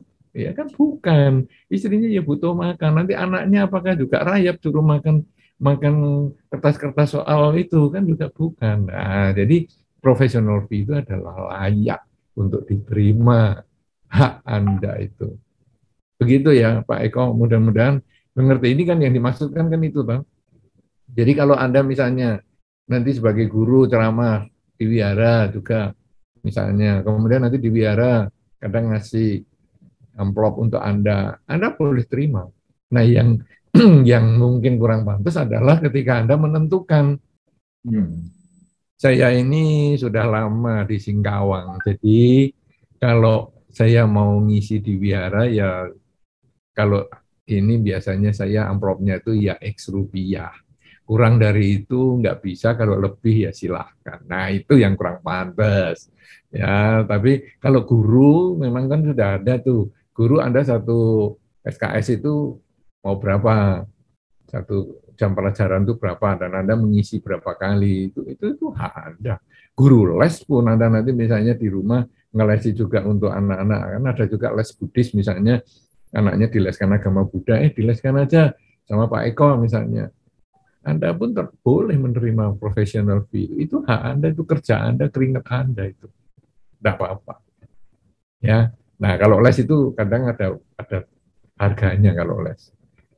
Karena itu kesepakatan. Saya karena ini sibuk, saya lesnya harganya sekian. Tapi kalau di sekolah, itu sekolah sudah menentukan nilainya Anda kerja itu. Kemudian kalau di good mungkin juga sudah menentukan, kalau saya tidak tahu sistemnya gimana, tapi mungkin sudah ditentukan kalau guru nilainya X ini, atau kalau pandita bagaimana. Kemudian kalau di biara itu tergantung juga biara mau ngasih berapa, itu haknya dia. Kita ketika buka, oh kok sedikit ya, lain kali aku nggak mau lagi. Ini yang kurang sesuai. Tapi kalau sedikit ya sudahlah, biara mungkin punya kesulitan sendiri. Tapi lain kali kalau saya diundang lagi ya saya nggak apa-apa. Mau ini saya juga kesempatan untuk membabarkan dampak. Nah, itu boleh aja. Begitu Pak Eko, mudah-mudahan ini bermanfaat. Terima kasih atas kejujurannya. Kan tadi Anda selalu ngomong jujur-jujur, maka saya ngomong terima kasih atas kejujurannya. Pak Yani. Baik. Ya baik Bante, terima kasih. Pak Eko juga terima kasih sudah berbagi. Kalau boleh saya tambahkan berbagi sedikit dalam bidang yang berbeda. Saya pembawa acara, presenter di TVRI di Mimbar. Dulunya pernah satu saat juga diberikan amplop, saya tolak. Wah, idealis benar. Kena omel saya lama-lama. Terima itu, emang kamu hidup sendiri, ada keluarga. Wah, ya.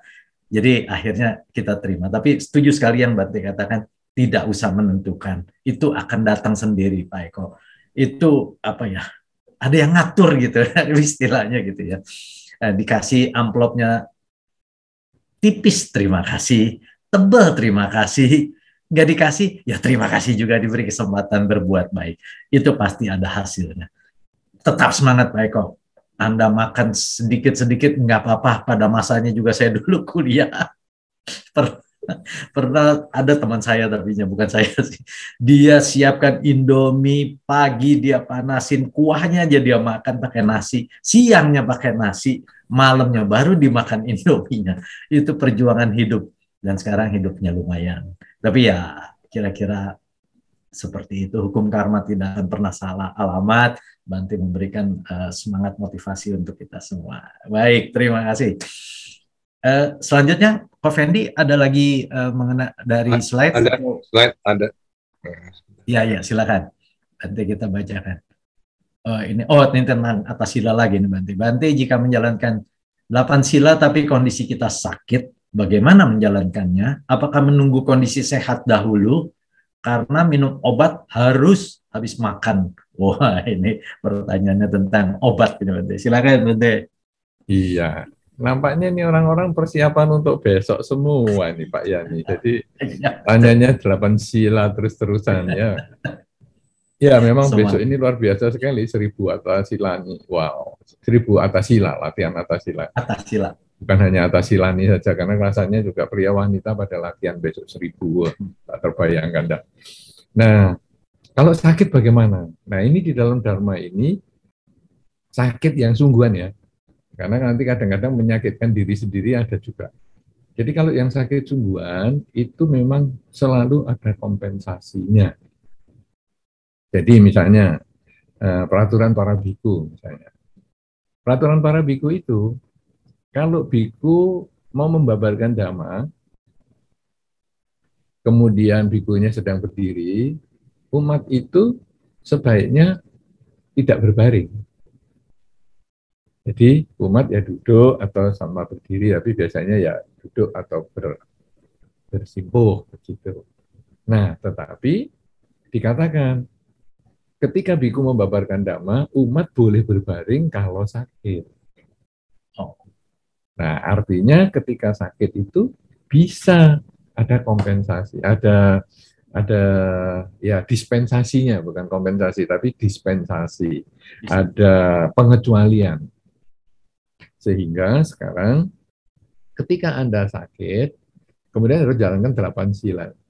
Anda perlu ingat ya, 8 sila itu isinya 8, bukan cuma ngurusi makan saja. Ini maaf karena ini banyak sekali terjadi kesalahan di masyarakat, dikira kalau 8 sila itu mesti urusannya makan. Sehingga, kenapa kamu malam ini kok nggak mau makan ini? Aku 8 sila loh. Atas sila maksudnya. Loh, atas sila kok dengerin musik? Atas sila kok masih pakai dandanan yang menor begitu? Iya, aku cuman tidak makan. Nah, tidak makan bukan 8 sila. Itu tidak makan malam itu cuman eka sila.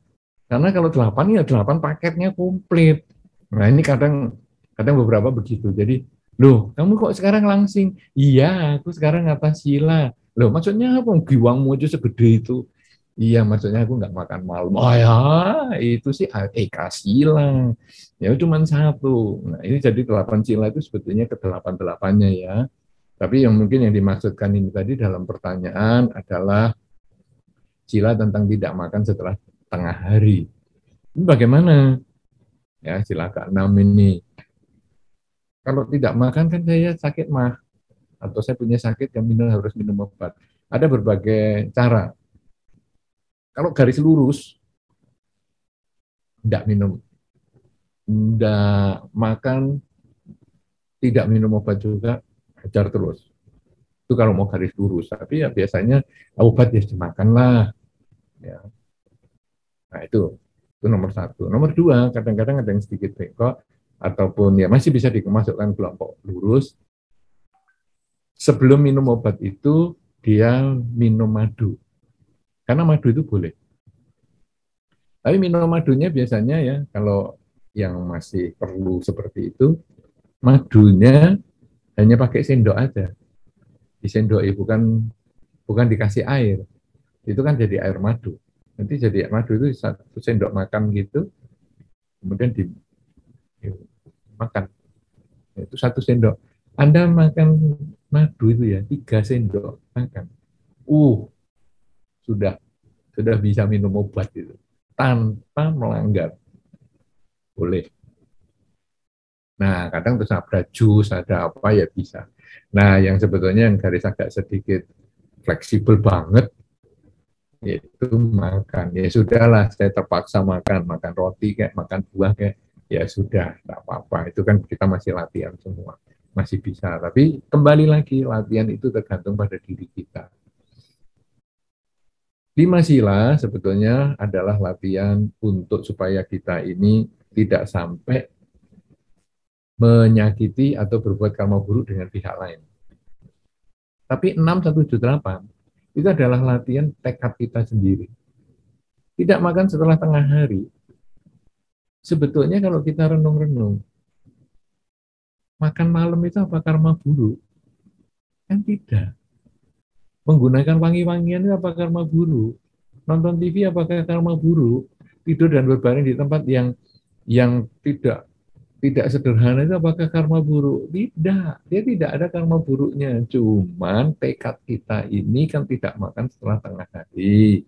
Tekad kita tidak menggunakan wangian, nonton hiburan, dan lain sebagainya. Tekad kita adalah tidak menggunakan tempat duduk dan tempat tidur yang mewah. Itu tekad kita. Sehingga kalau sampai kita melanggar, sebetulnya kita berlawanan dengan tekad kita sendiri. Kita kurang punya komitmen. Jadi kita masih terpengaruh oleh ketamaan kita. Nah, jadi kembali ke situ, akhirnya kita yang menentukan. Sekarang saya sakit, gimana? Misalnya saya menjalankan 8 sila itu tiap tanggal 1, 8, 15, 23 menurut penanggalan Imlek. Tapi pas tanggal 8 itu saya sakit. Bagaimana ya? Ya secara Anda misalnya, saya minum madu aja untuk minum obatnya malam. Silahkan. Atau ya sudahlah, saya makan buah. Ini saya hanya untuk minum obat saja. Silahkan. Atau ya saya terpaksa makan nasi nih 5 sendok nih. Sudah. 5 sendok yang saya sadari, 15 sendok yang kurang saya sadari. Ya sepiring dong namanya itu. Ya enggak apa-apa. Akhirnya ya kita makan terus kita minum obat, tidak apa-apa. Atau mungkin ya tadi ide Anda adalah menunggu sembuh. Jadi ya sudahlah tanggal 8 ini saya enggak, tapi nanti kalau sudah sembuh saya mau tambahin 8 silanya bukan 1, 8, 15, 23, tapi mungkin saya sampai berapa tanggal saya lewat. Nah nanti saya bulan itu sembuh, saya ganti dengan sekian banyak tanggal. Terserah, itu kita yang ngatur sendiri. Nah kalau 5 sila, itulah yang kita baiknya tidak melanggar. Karena membunuh, mencuri, berzina, bohong, mabuk-mabukan itu betul-betul berhubungan dengan orang lain. Ada orang tanya, loh mabuk kan tidak ada hubungan orang lain. Mabuk itu mengkondisikan terjadinya pembunuhan, pencurian, perzinahan, dan kebohongan itu. Buktinya apa? Orang mabuk ditanya, kamu mabuk nggak? Enggak mabuk.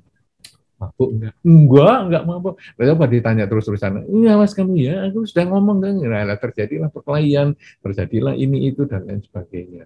Nah makanya sebaiknya tidak membunuh, mencuri, berzina, bohong, mabuk-mabukan ini yang tidak dilakukan. Betul-betul harus dijaga. Tapi tidak makan setelah jam 12 atau tengah hari, kemudian tidak menggunakan wangi-wangian, mendengarkan musik, hiburan, tontonan, duduk dan berbaring di tempat yang sederhana. Ini sebetulnya adalah latihan pengendalian diri, mengurangi kemelekatan, mengurangi ketamakan. Nah, jadi Anda mau garis lurus atau garis bengkok, Anda sendirilah yang menentukan. Karena ini tekad kepada diri kita sendiri. Begitu ya. Semoga ini bermanfaat.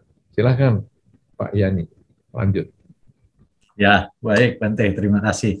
Ini memang kelihatannya Atasila ini menarik sekali, Bante. Jadi, tapi masih sih praktek dhamma dalam kehidupan sehari-hari kita ya. Dan 1000 Atasila ini udah dibuka grup kedua dan sekarang ketiga. Jadi udah banyak sekali nih partisipannya dan luar biasa manfaat yang dikerjakan ini. Baik, Pak Fendi, ada pertanyaan selanjutnya yang berhubungan. Izinkan saya untuk bertanya, Weni dan Karuna, mengenai Atasila lagi nih berarti. Jika sedang menjalankan Atasila, kemudian masih memakai wangian dan make up, lipstick, apakah itu tetap bisa mengikuti Atasila? Baik, itu yang pertama. Kemudian Wati juga, Namo Buddhaya Bante, izin bertanya, kalau menjalankan Atasila di waktu jam makan siang, kitanya di jam 12, nah loh, ini mungkin lewat makan ya jadinya, kira-kira begitu. Lewat dari jam 12. Baik, dah Bante. Ini nanti saya juga ya, kasih komentar, tapi silakan Bante menjawab dulu kedua pertanyaan ini tentang make up ini nanti, bukan soal makan saja, tapi make up. Dan juga yang berikutnya dari Wati itu tentang makan. Silakan Bante. Baik. Ya. Mudah-mudahan yang dikomentari Pak Yani nanti bukan yang lipstick ya, karena saya lihat Pak Yani kan tidak pakai. Tapi kalau yang dikomentari lipstick ya saya tidak tahu dah, nanti kita dengar komentar beliau. Nah, jadi begini, balik lagi ke garis lurus atau fleksibel. Kalau Anda ditentukan atasilanya itu 181523 atau pokoknya tanggal-tanggal tertentu atau hari-hari tertentu atau yang mau untuk waktu yang lama seperti yang tadi Bu Arita dan sebagainya itu, kalau garis lurus Anda sudah tidak pakai make up. Itu sudah garis lurus.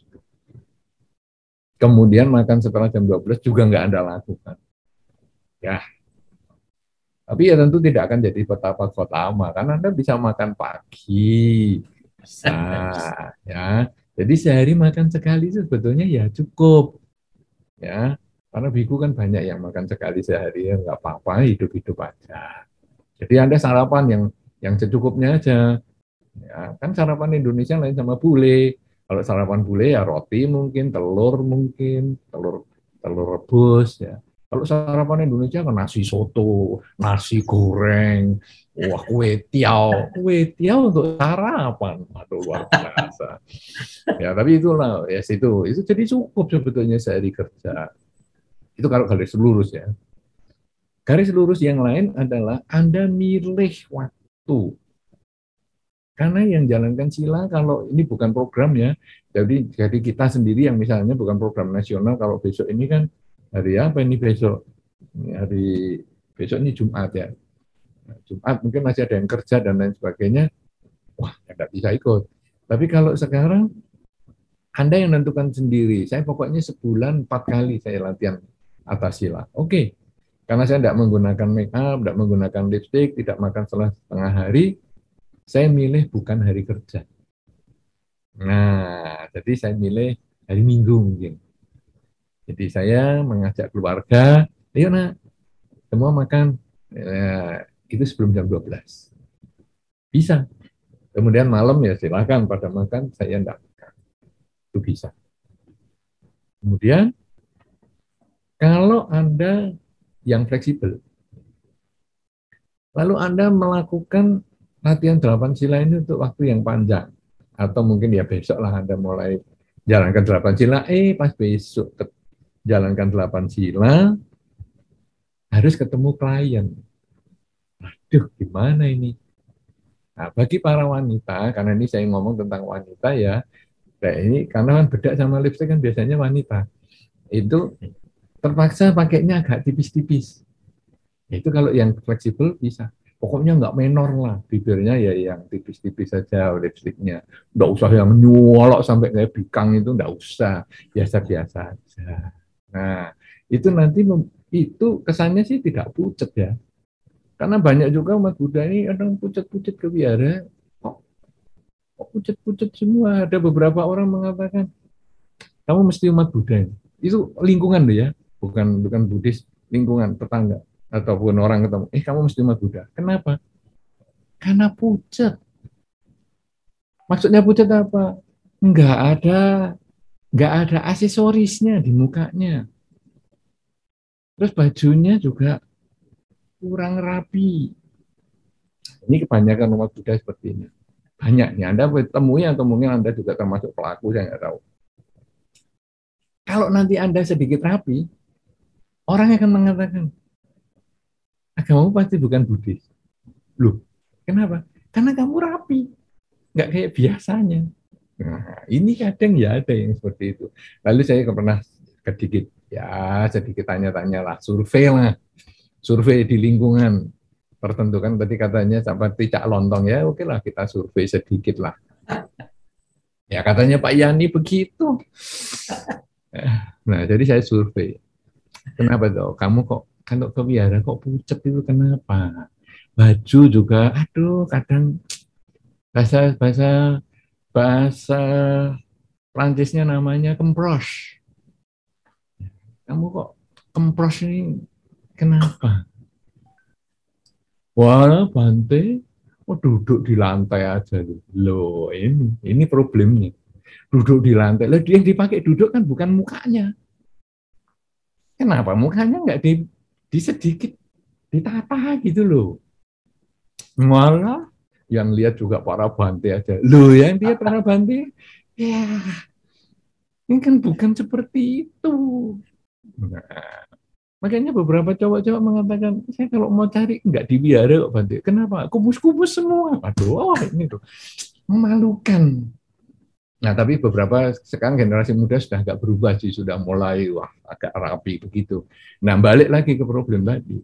8 sila ini kan memang tidak menggunakan make up. Nah, kalau ada yang garis agak fleksibel, Anda gunakanlah agak tipis. Ya, lipstiknya juga tipis. Pokoknya kesannya nggak nyolok. Nah, kemudian yang makan jam 12 ini gimana? Bagi yang fleksibel, itu kemudian menentukan gini. Saya ini kan jam makannya itu di kantor jam 12 sampai jam 1. Ya sudah. Berarti saya menggeser waktu. Karena gini ya, sebetulnya batas makan itu tidak selalu jam 12 siang. Ini yang kadang orang tidak memahami. Sebetulnya pembatas makan siang itu adalah tengah hari. Tengah hari itu ketika bayangan kepala bisa diinjak.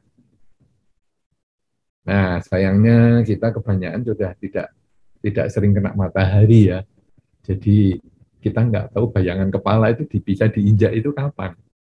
Bayangannya loh ya, bukan kepalanya orang diinjak.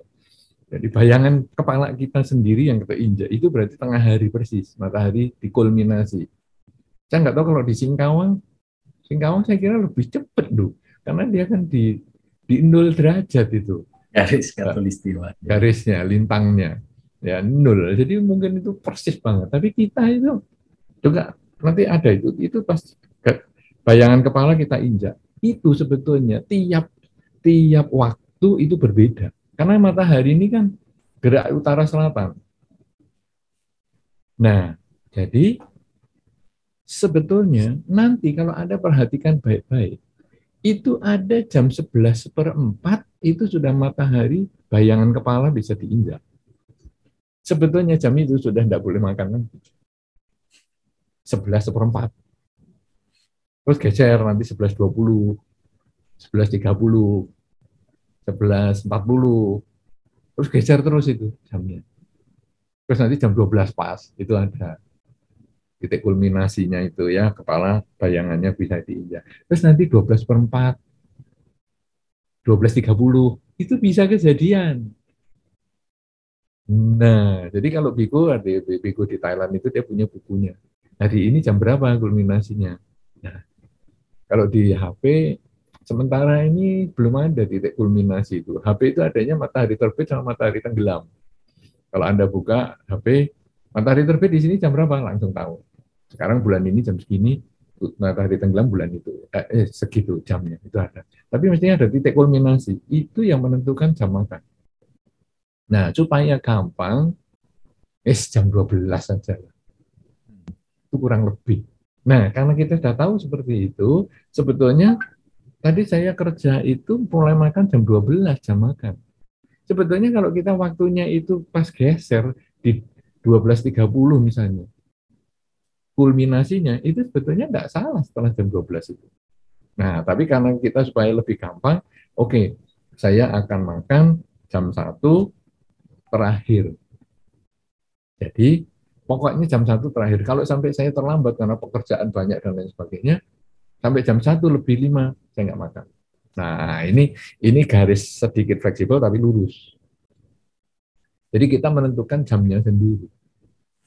Nah, kemudian biasanya saya kalau jam 12 itu kan ramai sekali, seru kantinnya, jadi terlalu banyak. Oke, saya 12 sampai 12:30 misalnya, saya meditasi dulu. Supaya kantin agak kosong, kemudian 12:30 saya baru makan, 1/4 jam saya selesai. Dah, jam 1 saya mulai. Itu bisa. Ya, itu semua kesepakatan. Pokoknya yang 5 itu yang nggak bisa ditawar. Pancasila Buddhis itu. Tapi yang 3 lainnya, sebetulnya kita bisa fleksibel bagi yang garis sedikit fleksibel.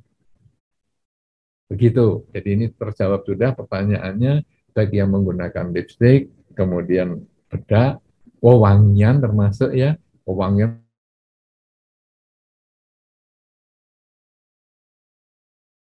itu seandainya keringat Anda itu tidak terlalu mematikan, mematikan itu karena begitu orang kena keringat Anda langsung pingsan itu seperti ada energi tertentu. Nah, itu sebaiknya enggak usah pakai parfum, enggak apa-apa. Tapi kalau bedak itu kadang bisa pakai tipis-tipis, enggak apa-apa. Atau hanya foundation saja misalnya, beberapa orang mengatakan gitu, ya boleh saja. Foundation gimana, saya enggak tahu kenapa muka perempuan ini kok dilapis-lapis, ada lapisan pertama, lapisan kedua, lapisan ketiga, ya bisa setebal kayak gitu. Ya sudahlah, terserah. Nah, biasanya hari Uposatha itu ya sederhana saja. Lapisannya enggak usah sampai berlapis-lapis. Ya, termasuk bibirnya pun jangan sampai jadi kue lapis. Gitu. Jadi ya biasa saja, sederhana saja. Prinsipnya hidup sederhana lah pada hari itu. Ya, saya pernah ketemu tuh ibu-ibu yang biasanya menggunakan apa ya, matanya pokoknya hitam-hitam. Saya nggak tahu namanya, itu perempuan yang lebih tahu. Matanya itu pokoknya bagus lah. Kalau ke wihara dan lain sebagainya. Satu ketika hari Uposatha kok saya nggak ketemu dia. Kemudian ya kebetulan diajak orang pergi ke rumahnya dan saya lihat, matanya kok beda sama biasanya ya. Ternyata matanya nggak kelihatan. Ya saya juga nggak kelihatan matanya, ya itu urusan lain ya. Saya kan nggak bisa melihat mata saya sendiri. Tapi ibu itu saya matanya kok juga nggak kelihatan. Jadi di mana nih? Ternyata biasanya ditutup kayak kena pukul jambu itu besar gitu. Kayak panda itu. Dia malu kan, Bante jangan ke rumah saya, Bante saya belum siap. Apa yang belum siap? Besok aja satu hari Uposatha. Apa tuh hari ini yang saya lihat, ini hari Minggu. Kemudian jadi, kok lain? Ternyata dia enggak pakai pandanya itu. Ya, tapi itu dia garis lurus gitu, sampai enggak ke wihara juga. Nah, demi panda itu dia enggak ke wihara. Ya. Begitu, Pak Yani. Lanjut, Pak Yani. Ya, baik. Habis tuh. Sudah habis loh waktunya. Iya, Bante. Ngomongin panda kok habis. Iya, ini. Tapi sesuai janji tadi saya kasih komentar sedikit Bante tentang pelaksanaan tasila ini. Weni dan Wati ini. Ya, tentunya yang pertama tentang makan. Memang ini antara garis lurus dan garis agak, sampai saya berprinsip bahwa tidak makan di waktu yang sesuai, begitulah. Karena memang pernah saya dibekelin makanan karena mau atasila, saya bawa makanan dari rumah mau ketemu orang jam 11, ya paling ketemu orang setengah jam, setengah 12 saya makan buru-buru. Janji jam 11, datang sampai tempat dia jam 11 kurang, suruh tunggu sampai setengah 12. Dan dia keluar ngobrolnya panjang benar. Saya udah setengah konsentrasi tapi cerita panjang lebar. Waduh, seru juga. Tapi ya udah, terima kasih. Begitu keluar saya buru-buru, nggak pakai lihat jam itu, udah makan aja dulu. Karena udah pasti lewat dari jam 12. Ya udah, saya ngobrol-ngobrol dengan teman-teman, ya termasuk para biku. Ya udah, pokoknya makan di waktu yang sesuai. Ya udahlah, tidak makan lagi setelah itu. Ya kalau soal lipstik dan bedakan itu ya bukan saya, Bante. Istri saya dulu kalau ngantor itu memang masih suka pakai dong dikit katanya. Kalau kita kan coba praktekkan garis lurus, nggak boleh. Ya sedikit aja. Ya akhirnya udahlah, nggak apa-apa. Ternyata memang ada fleksibilitas sedikit lah, Bante, untuk hal tersebut ya. Ini menarik sekali pembahasan ini. Gimana ini Ko Fendi, Leni, dan ini masih ada beberapa pertanyaan. Kita lanjut atau lanjut lain kesempatan ini? Iya, lanjut lain kesempatan. Oke. Ya, karena memang batas waktunya. Mungkin pertanyaan terakhir satu aja, Bante, menyimpang sedikit karena memang sudah mulai terbuka. Apakah di tempat Bante atau di Bodhigiri sudah boleh menerima, Bante? Maksudnya ada pertanyaan tadi tentang meditasi, sudah boleh belum, Bante? Sementara ini masih belum, Pak Yani. Jadi juga teman-teman yang lain, kita sistem PPKM ini selama masih ada ataupun nanti sampai endemi pun saya merasa kita belum buka. Karena kalau PPKM ini berarti kan masih ada level 1, 2, 3 dan sebagainya. Kemudian nanti kalau datang apakah harus ada PCR, apakah ada antigen, kan jadi pusing juga. Kemudian kalau nanti endemi kan menjadi di satu daerah. Apakah boleh orang dari daerah endemi itu datang? Nanti kan kita harus persiapan ini itu. Kemudian kalau sekarang orangnya tidak dari daerah pandemi, bukan dari daerah endemi.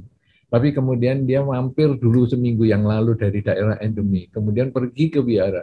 Kita tidak punya tenaga, kita kan di desa, kita tidak punya tenaga untuk ngecek di itulah. Kemudian nanti kalau pulang gimana, kalau ada risiko-risiko yang lain. Jadi makanya kita sementara belum buka untuk umum, juga masih belum ada program latihan meditasi untuk 2022. Sampai nanti kita sudah semua, nggak ada semua, pandemi, endemi nggak ada, nah kita baru buka lagi seperti biasa. Begitu, Pak Yani. Baik, baik, Bante. Terima kasih. Jadi mungkin intinya sabar dulu aja.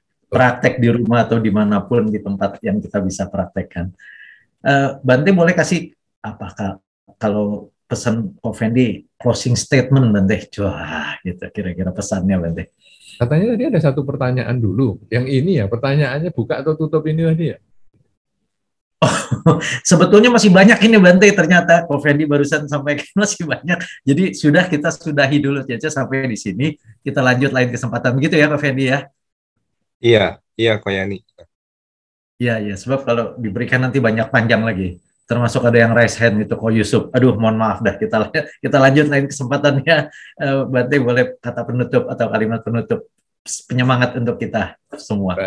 Baik. Jadi sebetulnya kita masing-masing ini harus ingat ya, bahwa kita tidak menggantungkan orang menjadi Dharma Duta. Tapi kitalah Dharma Duta. Dan kita sekarang target Dharma Duta kita adalah sampai mana orang di sekitar kita itu mengatakan kita sudah berubah. Kalau kita sudah dikatakan berubah menjadi lebih baik, maksudnya, maka pelaksanaan Dharma Duta kita ini minimal ada hasilnya. Tetapi kalau kita masih belum dikatakan berubah menjadi lebih baik, jangan putus asa. Terus lakukan. Walaupun kita merasa, aku rasa sudah lebih baik daripada dulu. Tapi orang lain belum lihat, berarti kita belum sampai titik yang orang lain harapkan. Tapi ketika kita sudah orang lain nyampaikan, orang lain itu adalah cermin bagi kita. Dunia ini hidup adalah seperti cermin. Kalau kita melihat gambar kita itu kurang rapi, maka yang kita rapikan adalah diri kita. Mungkin rambut kalau belum begitu rapi, kita sisir adalah rambut kita, bukan cermin yang kita sisir. Demikian pula di dalam masyarakat. Kita tidak bisa menuntut masyarakat berubah sesuai dengan keinginan kita. Tapi kita harus mengubah diri kita, sehingga kita bisa menggunakan diri kita ini, cara berpikir kita, ucapan kita, dan perilaku kita ini untuk kebahagiaan lingkungan, kebahagiaan keluarga, dan juga kebahagiaan semua makhluk. Semoga dengan perjumpaan kita di kesempatan ini, kita akan terinspirasi untuk berubah mulai sekarang sampai selama-lamanya, sehingga setiap Waisak kita membuat resolusi untuk menjadi lebih baik, tambah baik, dan kita menjadi lidah yang bisa merasakan Dharma, walaupun hanya sedikit yang kita pelajari, tapi kita laksanakan dengan sesungguhnya. Semoga ini bermanfaat. Terima kasih atas semua perhatiannya, dan saya kembalikan kepada Pak Yani Dharma. Terima kasih kepada Yayasan Bigfoot. Semoga semua programnya yang sangat mulia bisa lancar, sukses, dan bisa mencapai semua yang diharapkan. Terima kasih. Silakan Pak Yani Dharma. Baik, Bante Utomo, terima kasih luar biasa penjelasannya dan semangatnya untuk kita semua juga. Saya kira pas banget waktunya juga. Besok kita mulai sebulan pendalaman Dhamma, kita praktek Dhamma yang lebih baik lagi. Nanti lain kesempatan kita kumpul lagi, kita semua lebih baik lagi dan juga bermanfaat untuk diri kita, lingkungan, dan juga nusa dan bangsa serta semua makhluk. Begitu ya kira-kira.